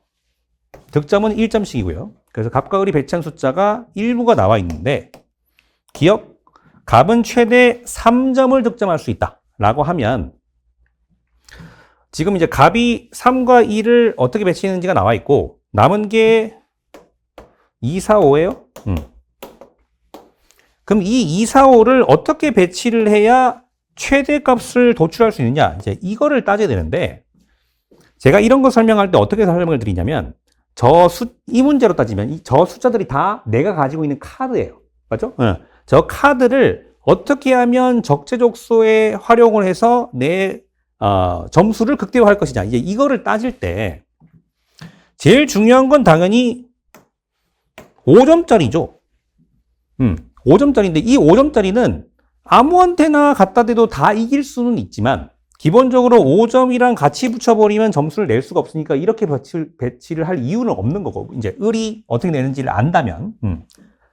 반대로 5가 아니라고 하더라도 갈 자리는 정해져 있어야 돼요. 왜냐면 이 5는 아무한테나 이길 수 있거든요. 네. 근데 그렇다고 해서 4도 이길 수 있는 애한테 굳이 5를 쓸 필요가 없는 거예요. 그래서 제가 하는 얘기가 이길 때는 근소하게, 질 때는 확실하게 승부를 내줘야 된다. 이길 때는 근소하게, 질 때는 확실하게 승부를 내줘야 내가 가지고 있는 카드를 최대한 잘 활용하는 거다 라고 하는 말씀을 이제 드린 적이 있고, 그게 관련 기출 문제로 뒤에 보시면 17번 왼손 팔씨름 대회. 이 문제가 여기 맨 아래쪽에, 지문 아래쪽에 보시면 장사 왼손잡이 오른손잡이가 나오는데 이 순서대로 힘이 세다는 거예요. 그리고 누구든 같은 특징의 상대를 만나면 비긴다 라고 되어 있는데, 발본 보시면 첫 번째 경기 시작 전에 B팀에서는 A팀이 첫 번째 경기에 장사를 출전시킨다는 확실한 정보를 입수했다는 거예요. 상대방이 장사를 출전시킬 거예요. 근데 우리 팀에는 장사를 이길 수 있는 사람은 없어. 장사, 왼손잡이, 오른손잡이 이렇게밖에 없어. 근데 기억에서 B팀이 첫 번째 경기에 장사를 출전시킨다. 이거만큼 바보 같은 짓이 어딨냐고. 그러니까 장사가 상대방이 나오면 어차피 못 이기니까 이 장사한테 누구를 받쳐줘야 되는 거예요? 오른손잡이를 받쳐줘야 되는 거예요. 왜냐면 질 거면 확실하게 지는 게 그 카드들을 확실하게, 제일 잘 활용하는 거기 때문에. 그러니까 이제 디귿처럼 첫 번째 경기에 출전을 시켜야 최대 승점이 나오는 거예요. 그러니까 이런 식으로 이제 구성을 했던, 물어봤던 문제가 있었기 때문에 여기서도 마찬가지인 거예요. 최대 득점 얘기하고 싶으면 5점을 어디다 갖다 붙여야 돼? 3점에 갖다 붙여야지. 왜냐면 5점한테는 어차피 못 이기니까. 4점을 여기, 2점을 여기 정해져 있는 거예요. 그러니까 최대 승점이라고 하는 것 자체가 아까도 뭐 최대값, 최소값 말씀드렸지만 그 최대값 또는 최소값을 낼 수 있도록 상황을 몰고 가야 돼. 그러니까 그 경우의 수 하나만 딱 도출을 해야 되는 건데, 여기서는 이제 이 숫자 카드들을 어떻게 활용할 것이냐의 관점에서는 최대값을 내는 방식은 정해져 있다. 그래서 어떻게 된다는 거예요? 몇 번 이겨? 여기서도 이기고, 여기서도 이기고, 여기서도 이기네요. 나머지는 지고. 그럼 3점 맞네요. 네. 그래서 기억이 맞고.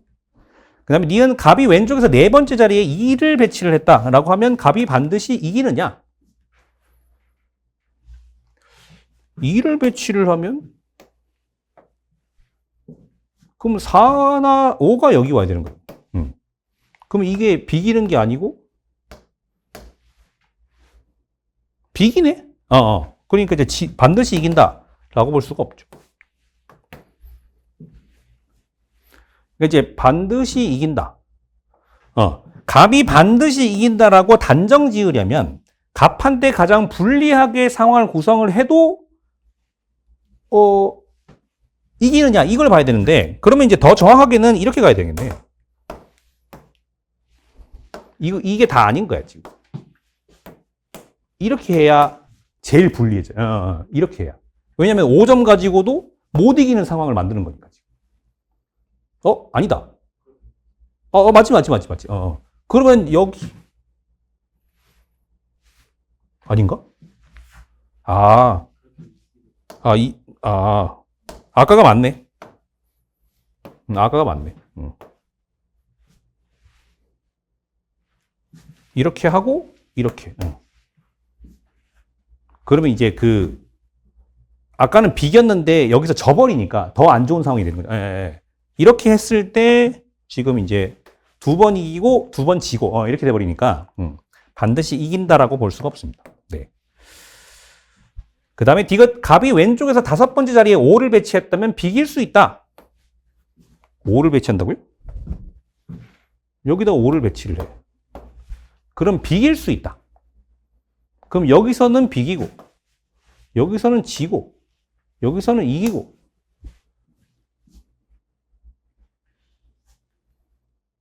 이거를 이렇게 해놓으니까 헷갈리네. 여기서 비겨야 비겨. 여기서 비기고 지고 이기고 그럼 여기서 어떻게 하느냐에 따라 달라지는 거예요. 그럼 5 줬으면 2랑 4 남죠. 뭐 2를 넣고 4를 넣든 4를 넣고 2를 넣든 4를 넣고 2를 넣으면 되나? 이기고 지고 그러네. 그러니까 비길 수가 있기 때문에 이거는 또 다른 문제죠. 비길 수 있다. 자, 니은이랑 디귿은 이제 물어보는 방식이 달라요. 니은은 반드시 이긴다라고 했으니까 무조건 저렇게 되느냐라고 하는 차원에서 발레를 쳐야 되는데 저 발레는 당연히 갑이 가장 불리한 상황에서도 이기느냐 이런 관점으로 가야 되는 거고 디귿은 저 비길 수 있다. 그 가능성을 물어보는 거기 때문에 비길 수 있는 경우 하나만 따져보시면 되는 겁니다. 그러니까 그런 경우 하나만 찾으면 맞는 거죠. 네. 그래서 답이 3번이다. 라고 보시면 되겠습니다. 잠깐 좀 헷갈렸네요. 죄송합니다. 그 다음에 18번. 이런 거 제가 잘 풀죠. 옳지 않은 것은 솜사탕, 팝콘, 커피, 아이스크림 총 4개가 있는데 사람은 5명이에요. 5명이에요. 인사혁신처에서는 이런 문제 낼 때 숫자를 다 맞춰줘요. 사람 수도 그렇고, 뭐, 여기서로 얘기하자면, 뭐 간식도 그렇고, 그 숫자를 다 맞춰주거든요? 근데 사무처는 이 숫자를 안 맞춰줘. 지금 사람이 5명이잖아요. 여기서 자꾸, 이걸 뭔가를 놓치게 되더라고, 사람이. 이거 주의하셔야 돼요. 5명이에요. 근데 그 4가지 간식 중 각자 한 종류 이상을 받았는데, 이들의 준수율이 모두 참이다. 자, 근데, 뭐, 오늘은 그렇게 말씀드리지 않았지만, 저는 항상 발문 보고, 선택지 먼저 보고 지문으로 가거든요. 그게 제일 빠르다고 봐요. 그래서 어떤 문제를 본다고 하더라도 발문 보고, 선지 보고, 그 다음에 선택지로 가는데, 이 문제야말로 선택지를 먼저 봤을 때 우리가 얻을 수 있는 힌트가 있어. 뭐냐? 이런 표현들. 뭘 알 수 있어요? 2명 이상이다. 3종류 이상이다. 2명 이상이다. 뭘 알 수 있어요? 경우의 수가 하나가 아니에요. 지금. 얘가 하나가 아니라고. 그러니까 표 그려가면서 이거를 막 이 표를 완성하려고 하는 생각 자체가 지금 틀려온 거야. 안 정해진다니까?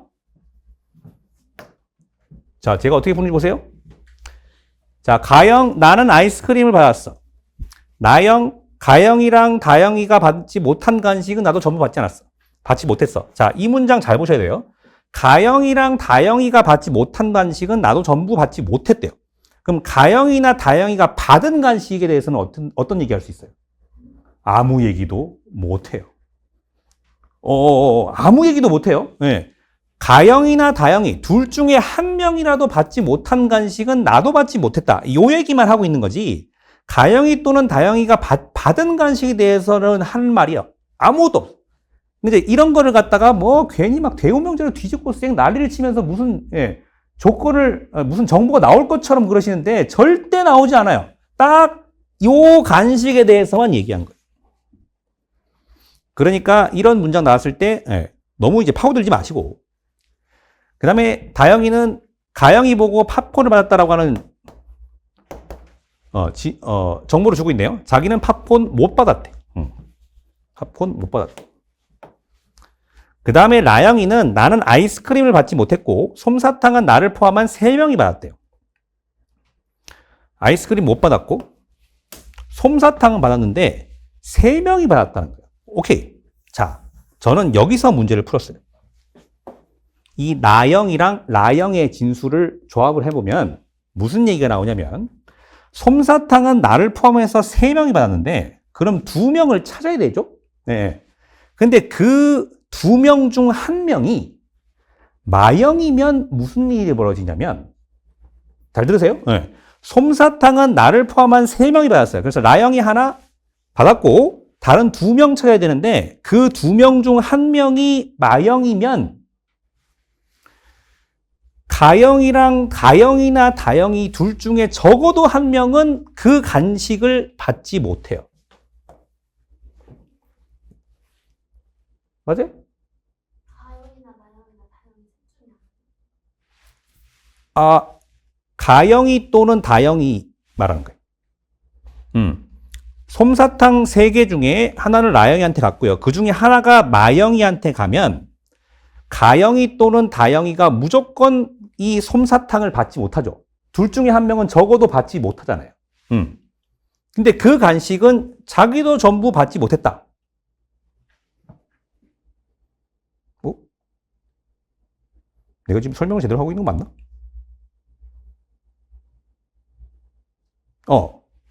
뭐라?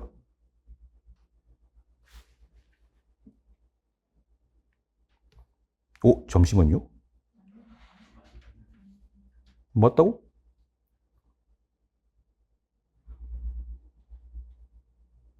나영이 하나 가져가고 마영이 하나 가져가고 하나 알면 네. 근데 만약에 이게 만약에 그 나영한테 가버리면 완전히 모순이 돼버리고 그러면은 나영한테 갈 수가 없고 아예 가영 아니면 나영 중에 하나가 가야 되니까 나영은 아예 같이 못하니까 그래서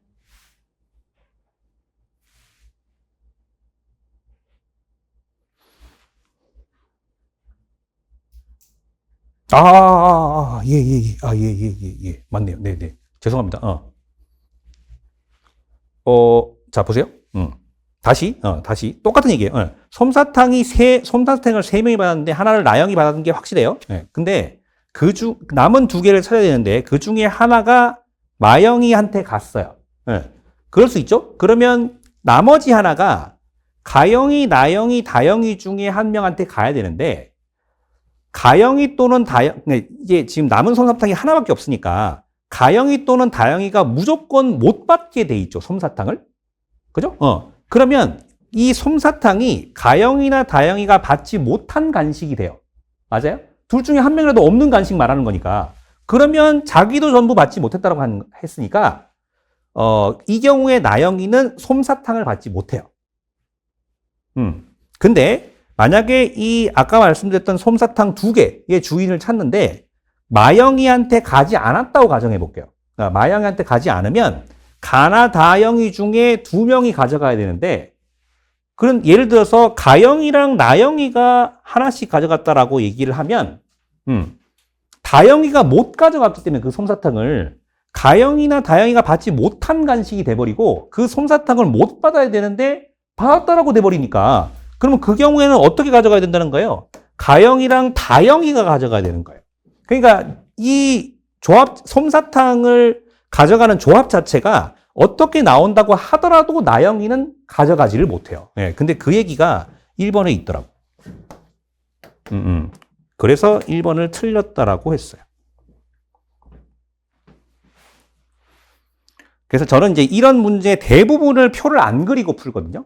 그래서 표를 안 그리고 풀려면 당연히 이제 우리가 어떤 이제 직관적으로 어떤 표시를 하고 뭐 이런 게 좀 이제 힘들어지기 때문에 당연히 사고를 좀 도입을 해야 한다라고 하는 이제 문제점이 있긴 하지만 제가 표를 그리는 걸 별로 안 좋아하는 이유는 뭐냐면 지금처럼 저는 심지어 마영이 읽지도 않았잖아요.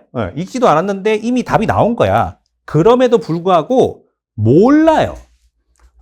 표를 그리기 시작하면 모른다고. 왜냐면 그 표를 완성해야 되겠다라는 생각에 사로잡히기 때문에 표를 완성하기 전에는 선택지 판단을 해야 되겠다는 생각을 못 하게 돼요, 사람이. 거기에 매몰돼서. 그래서 표를 그리는 걸 별로 좋아하지 않아요. 그래서 이제 저는 이제 이런 식으로 푸는 걸 좀 선호하는 편인데, 네, 그래서 이제 그래서 제가 좀 이제 하는 얘기 중에 하나가, 표를 그리건 안 그리건 간에 내가 지금 이제 이 조건들을 조합을 해 나가면서 어떤 확정적인 정보가 나왔을 때 그 정보로 해결할 수 있는 선택지가 있는지를 항상 내려와서 확인을 하셔야 된다. 예, 예. 그렇게 했을 때 남들보다 조금 더 작업을 덜 하고 거기서 답을 내고 우리는 빠질 수 있는 거기 때문에 그런 방식으로 좀 이제 생각을 해보셨으면 좋겠고, 특히나 이 문제 같은 경우에 선택지만 먼저 본다고 하더라도 경우의 수가 2가지 이상이다라고 하는 것을 알 수 있어서 표를 그리더라도 거기에 너무 매몰되지는 않아야겠다라는 생각을 하실 필요는 있다는 거예요. 예, 예. 그러니까 그런 점을 좀, 그런 시사점을 좀 가져갈 수 있는 문제였기 때문에 좀 힘주어서 설명드려봤습니다. 질문 있어요? 네. 네.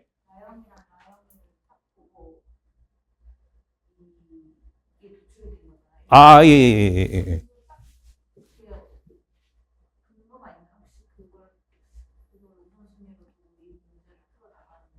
아, 그러니까 이제 일단은 이 나영이의 이야기가 되게 좀 특이하다고 봤고, 특히나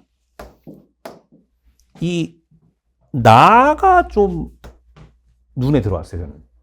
가영이, 나, 다영이. 왜냐면 가영이랑 다영이라고 하면 둘 다 받지 못한 간식이어야 이 말을 적용할 수 있는 건데, 지금 이제 이 가영이, 나, 다영이라고 하면 가영이만 없거나 다영이만 받지 못하거나 뭐 이런 상황이라고 하더라도 이 간식에 해당한다는 거잖아요. 그래서 적용 범위가 되게 좀 생각보다 넓겠다. 이런 생각을 일단은 했고요.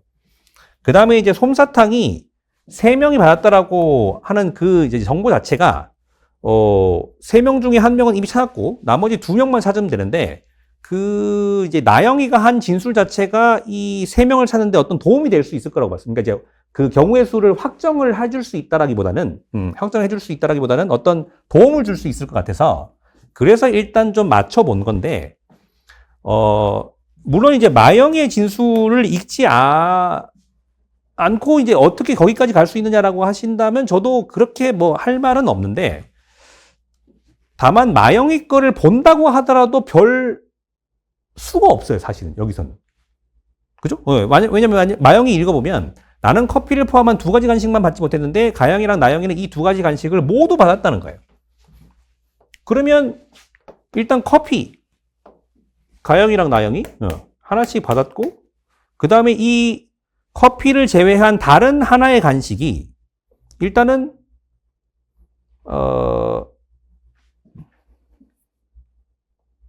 잠깐만요. 뭐가 하나가 아니던데?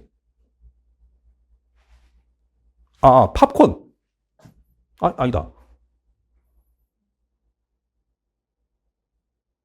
그치. 그러니까 이제 다영이가 팝콘을 못 받았으니까 나영이도 못 받았을 거 아니에요. 예, 예. 그래서 이제 이 2가지 간식 중에 하나가 무조건 커피고, 그리고 팝콘은 아닐 테니까 솜사탕 아니면 아이스크림이다. 그러니까 여기까지 올 수는 있는데, 그러니까 여기서 뭘 하기가 좀 힘들어요. 예. 네. 다영이요? 맞아요. 네, 네.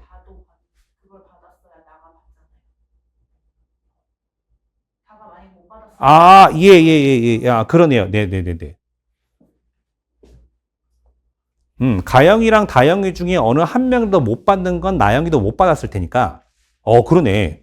그러니까 이 커피, 이제, 나영이가, 이거를 뒤집으면 나영이가 받으면 다영이랑 가영이도 받아야 된다가 되네요. 오, 좋아요, 좋아요. 그러면 다영이도 커피 받았고. 맞죠? 그리고 솜사탕이랑 아메리카노 난다. 아이스크림 중에 하나도 지금 이제 가영이랑 나영이가 받았을 텐데, 그럼 그것도 다영이가 받았고. 그렇게 되는 거네.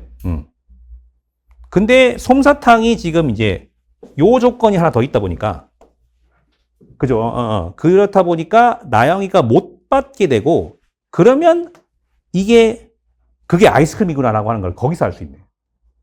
그 이후에 나오는 거예요. 그 이후에. 그러니까 여튼 간에 지금 이제 이 2가지 이야기, 나영이랑 나영이의 진술이 조합이 돼서 솜사탕의 향방이 좀 나와야, 솜사탕이 나영이한테 적어도 가진 않는다라고 하는 게 나와야 이 마영이 얘기하는 2가지 간식 중에 하나가 아이스크림이다라고 하는 것도 지금 나와.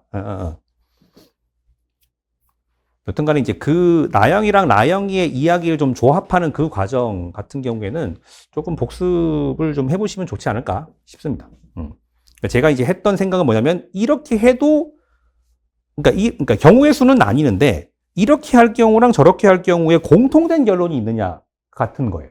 예, 예, 예. 그래서 이 경우든 저 경우든 나영이는 솜사탕을 받지 못해요. 예, 예, 예. 그래서 이제 그 얘기를 좀 해드리고 싶었던 거죠.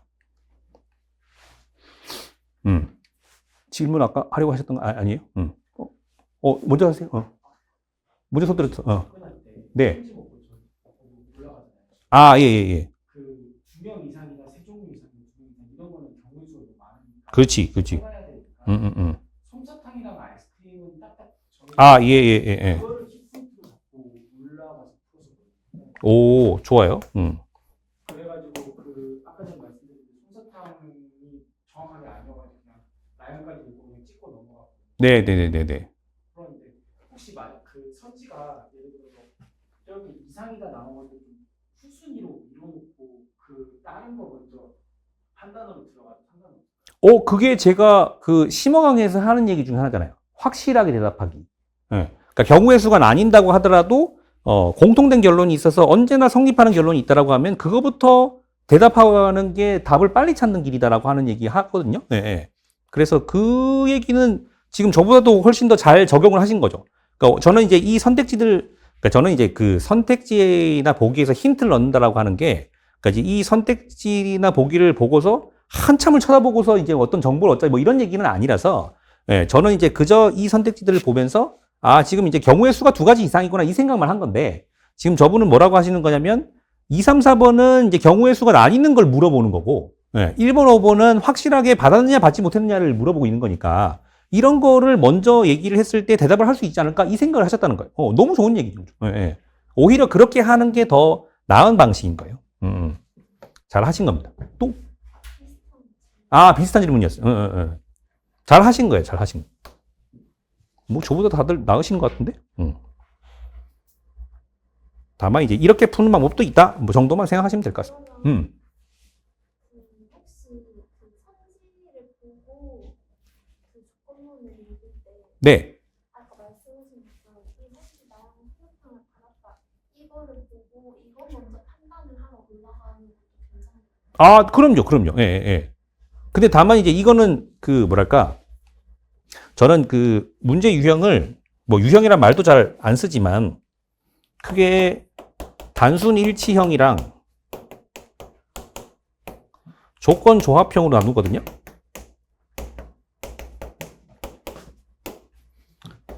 근데 이게 뭔 소리냐면 이제 그 우리가 흔히 뭐 그 줄글 나오거나 법조문 나오거나 뭐 이런 것들을 단순 일치형이라고 하고 흔히 말하는 퀴즈 같은 걸 조건 조합형이라고 얘기를 하는 건데 단순 일치형은 왜 단순 일치형이냐면 이 선지에 있는 표현이 그대로 지문에 있고 그거를 확인하기만 하면 되기 때문에 그래서 단순 일치형이라고 얘기를 하는 거고 조건 조합형은 그게 그대로 있다기보다는 저 조건들을 조합했을 때 새로이 노출되는 어떤 결론을 가지고 얘기를 하는 거라 그래서 이제 이 문제는 어차피 뭐 누가 봐도 퀴즈인 거고 퀴즈 문제에서 나영이가 솜사탕을 받았는지 여부 자체가 적혀 있지는 않을 거라는 거죠. 그러니까 그런 차원에서 봤을 때는 이거를 보고 내가 솜사탕에 집중을 해야겠다. 물론 이제 그런 생각이 좀 유효할 때가 되게 많이 있지만 그게 바로바로 나올까? 뭐 라는 생각은 좀 들긴 하는데 저는 근데 기본적으로 뭐 발문에서 물어보는 게 따로 있으면 거기에만 대답하고 빠지자라고 하는 이제 그런 취지의 말씀을 이제 드리고 있기 때문에 그래서 뭐 솜사탕, 아이스크림 요 정도로 이제 그 포커스를 줄여놓고 대답을 하시는 거는 얼마든지 가능한다고 생각합니다.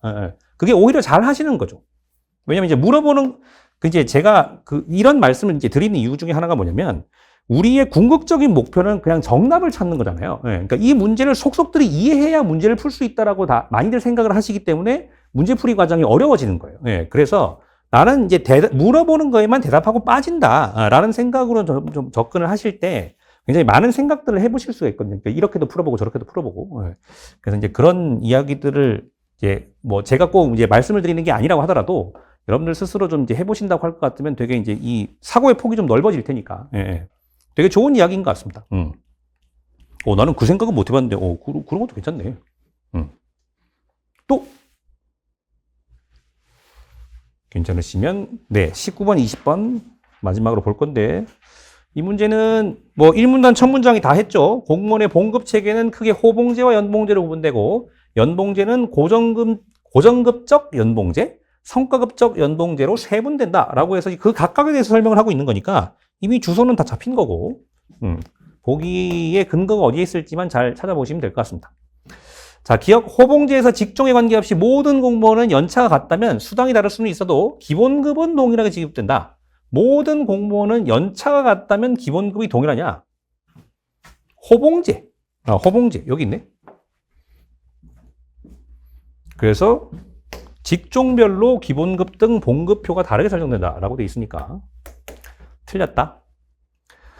그 다음에 니은 가족수당은 고정급적 연봉제와 성과급적 연봉제 모두에서 지급될 수 있다. 가족수당. 이게 지금 물어보는 게 연봉제 안에서 얘기하는 거죠. 그래서 연봉제 찾아가서 가족수당 찾아봐야 되는데 연봉제? 3문단 붙어 있군요. 그래서 가족수당, 여기 있네. 그래서 고정급적 연봉제의 경우에는 가족수당 만든다. 성과급적 연봉제도 가족수당, 다 있구나. 그래서 니은이 맞다. 이렇게 보시면 되겠고.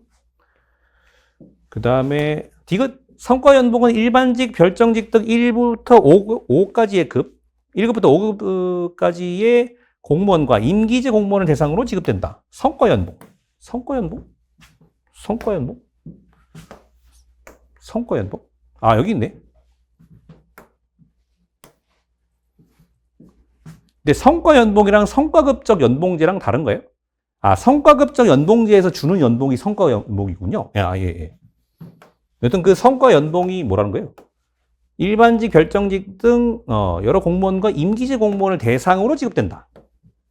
라고 하고 있는데 그게 여기 있네. 일반직, 별정직. 예, 뭐 지문에 있는 그대로 됐네요. 그래서 이제 니은 디귿이에요, 답이? 네. 맞고. 20번. 자, 20번은 뭔 소리냐면, 얘도 마찬가지죠. 전체 인원의 최소값. 그러면 경우의 수가 여러 가지예요. 예, 근데 이제 최소값이 도출되는 이제 그 상황으로 우리가 몰고 가야 되는데, 요 마지막에 좀 보시면, 성과 연봉은 전체 인원에 대해서 S등급은 20%, A등급은 30%, B등급 40%, C등급 10%의 비율로 등급을 부여하고, 각 등급별 인원은 해당 비율을 적용한 후 반올림하여 결정한다. 이때 전체 인원과 등급별 인원의 합이 맞지 않아. 이제 반올림을 하니까 이제 맞지 않는 경우가 이제 생길 수도 있겠죠. 그러면 반올림을 해서 올린 등급 중 더 낮은 등급의 인원을 제외한다. 라고 돼 있어요. 그러면 성과 연봉으로 10명이 B등급을 받게 되는 전체 인원의 최소값은? 이라고 물어봤고 10명 줬고 기본적으로 40%라고 했으니 일단 3번 이상은 다 된다고 봐야 돼. 아니요? 40%가 10명이면 전체가 25명이잖아요.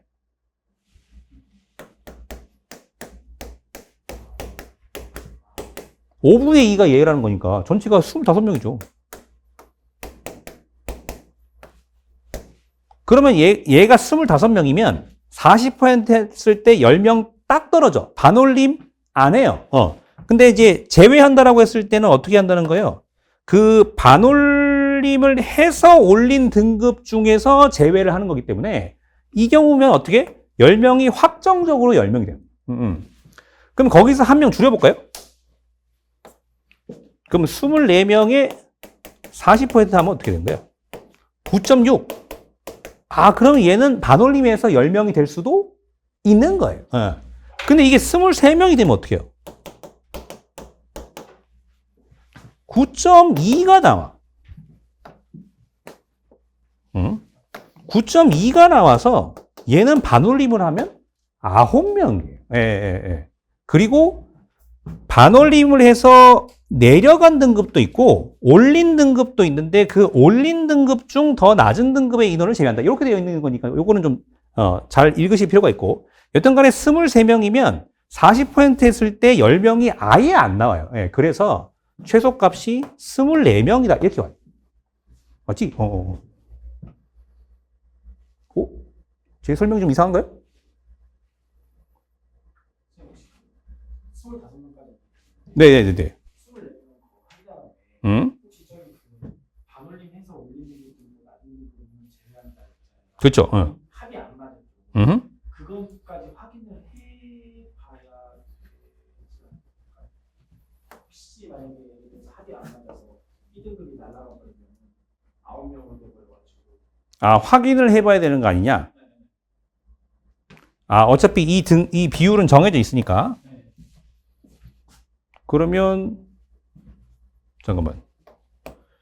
40%가 9.6명이고, 30%는 얼마예요? 7.2명이에요? 20%는? 4.8명?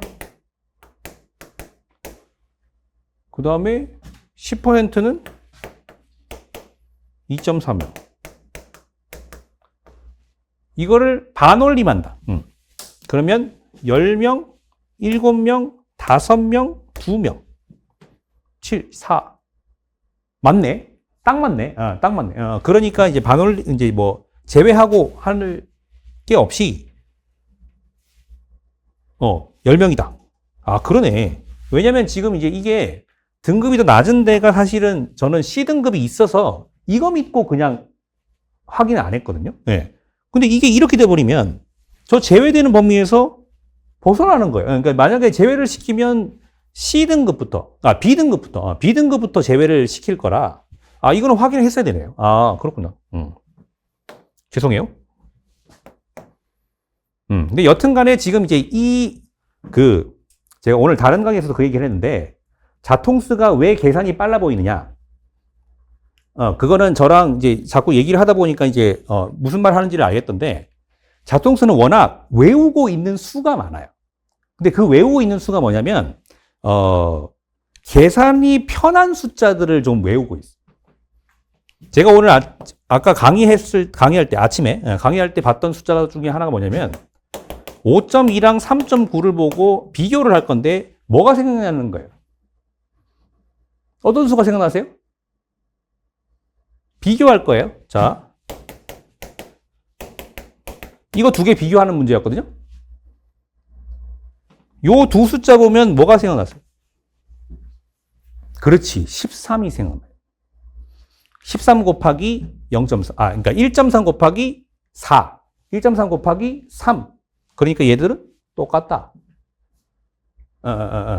그러니까 이제 그런 계산하기 편한 숫자들을 많이 외우고 있으니까 이제 그 숫자들이랑 엇비슷하게 갔을 때 이제 이 결과값이 어느 정도에서 형성이 되겠다. 이런 거를 좀 빨리 캐치를 하는 것 같더라고. 그럼 정작 근데 사칙연산을 빠르게 하는 사람이냐? 아니에요. 제가 보니까 두저리 곱하기 두저리도 잘 못하던데? 그걸 빠르게 하는 사람이 아니야.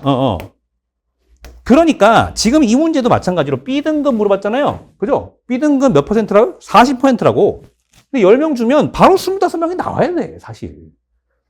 왜냐면 40%에 해당하는 값이 10명인 그 경우를 찾으라는 거니까 이제 이런 문제를 풀 때도 굉장히 많은 분들이 막 펼쳐놓고 저기서부터 우와 하고 달려와. 그러니까 이제 이게 어디서부터 어디까지 되는지를 막 펼쳐놓고 막 생각을 하더라니까, 보면. 근데 수가 보였을 때 이제 그 간편한 방법으로 일단 체크를 해놓고 그거를 기준 삼아서 뭔가를 해야 되는 건데, 굉장히 많은 분들이 이제 펼쳐놓고 시작을 하다 보니까 그거 이렇게 막 달려오는 그 시간 자체가 오래 걸려요. 제가 보니까. 그래서 이제 10명, 40% 보는 순간 25명 이렇게 나오는 게 제가 볼 땐 이 문제를 조금 더 수월하게 푸는 방법이 아니었을까. 그런 생각이 들어서 설명드려봤습니다. 아우, 네. 10시가 넘었네요, 벌써. 되게 긴 시간 동안 고생 많으셨고, 네. 준비한 만큼 도움이 되었으면 좋겠습니다. 다음 기회에 또 뵙겠습니다. 고맙습니다.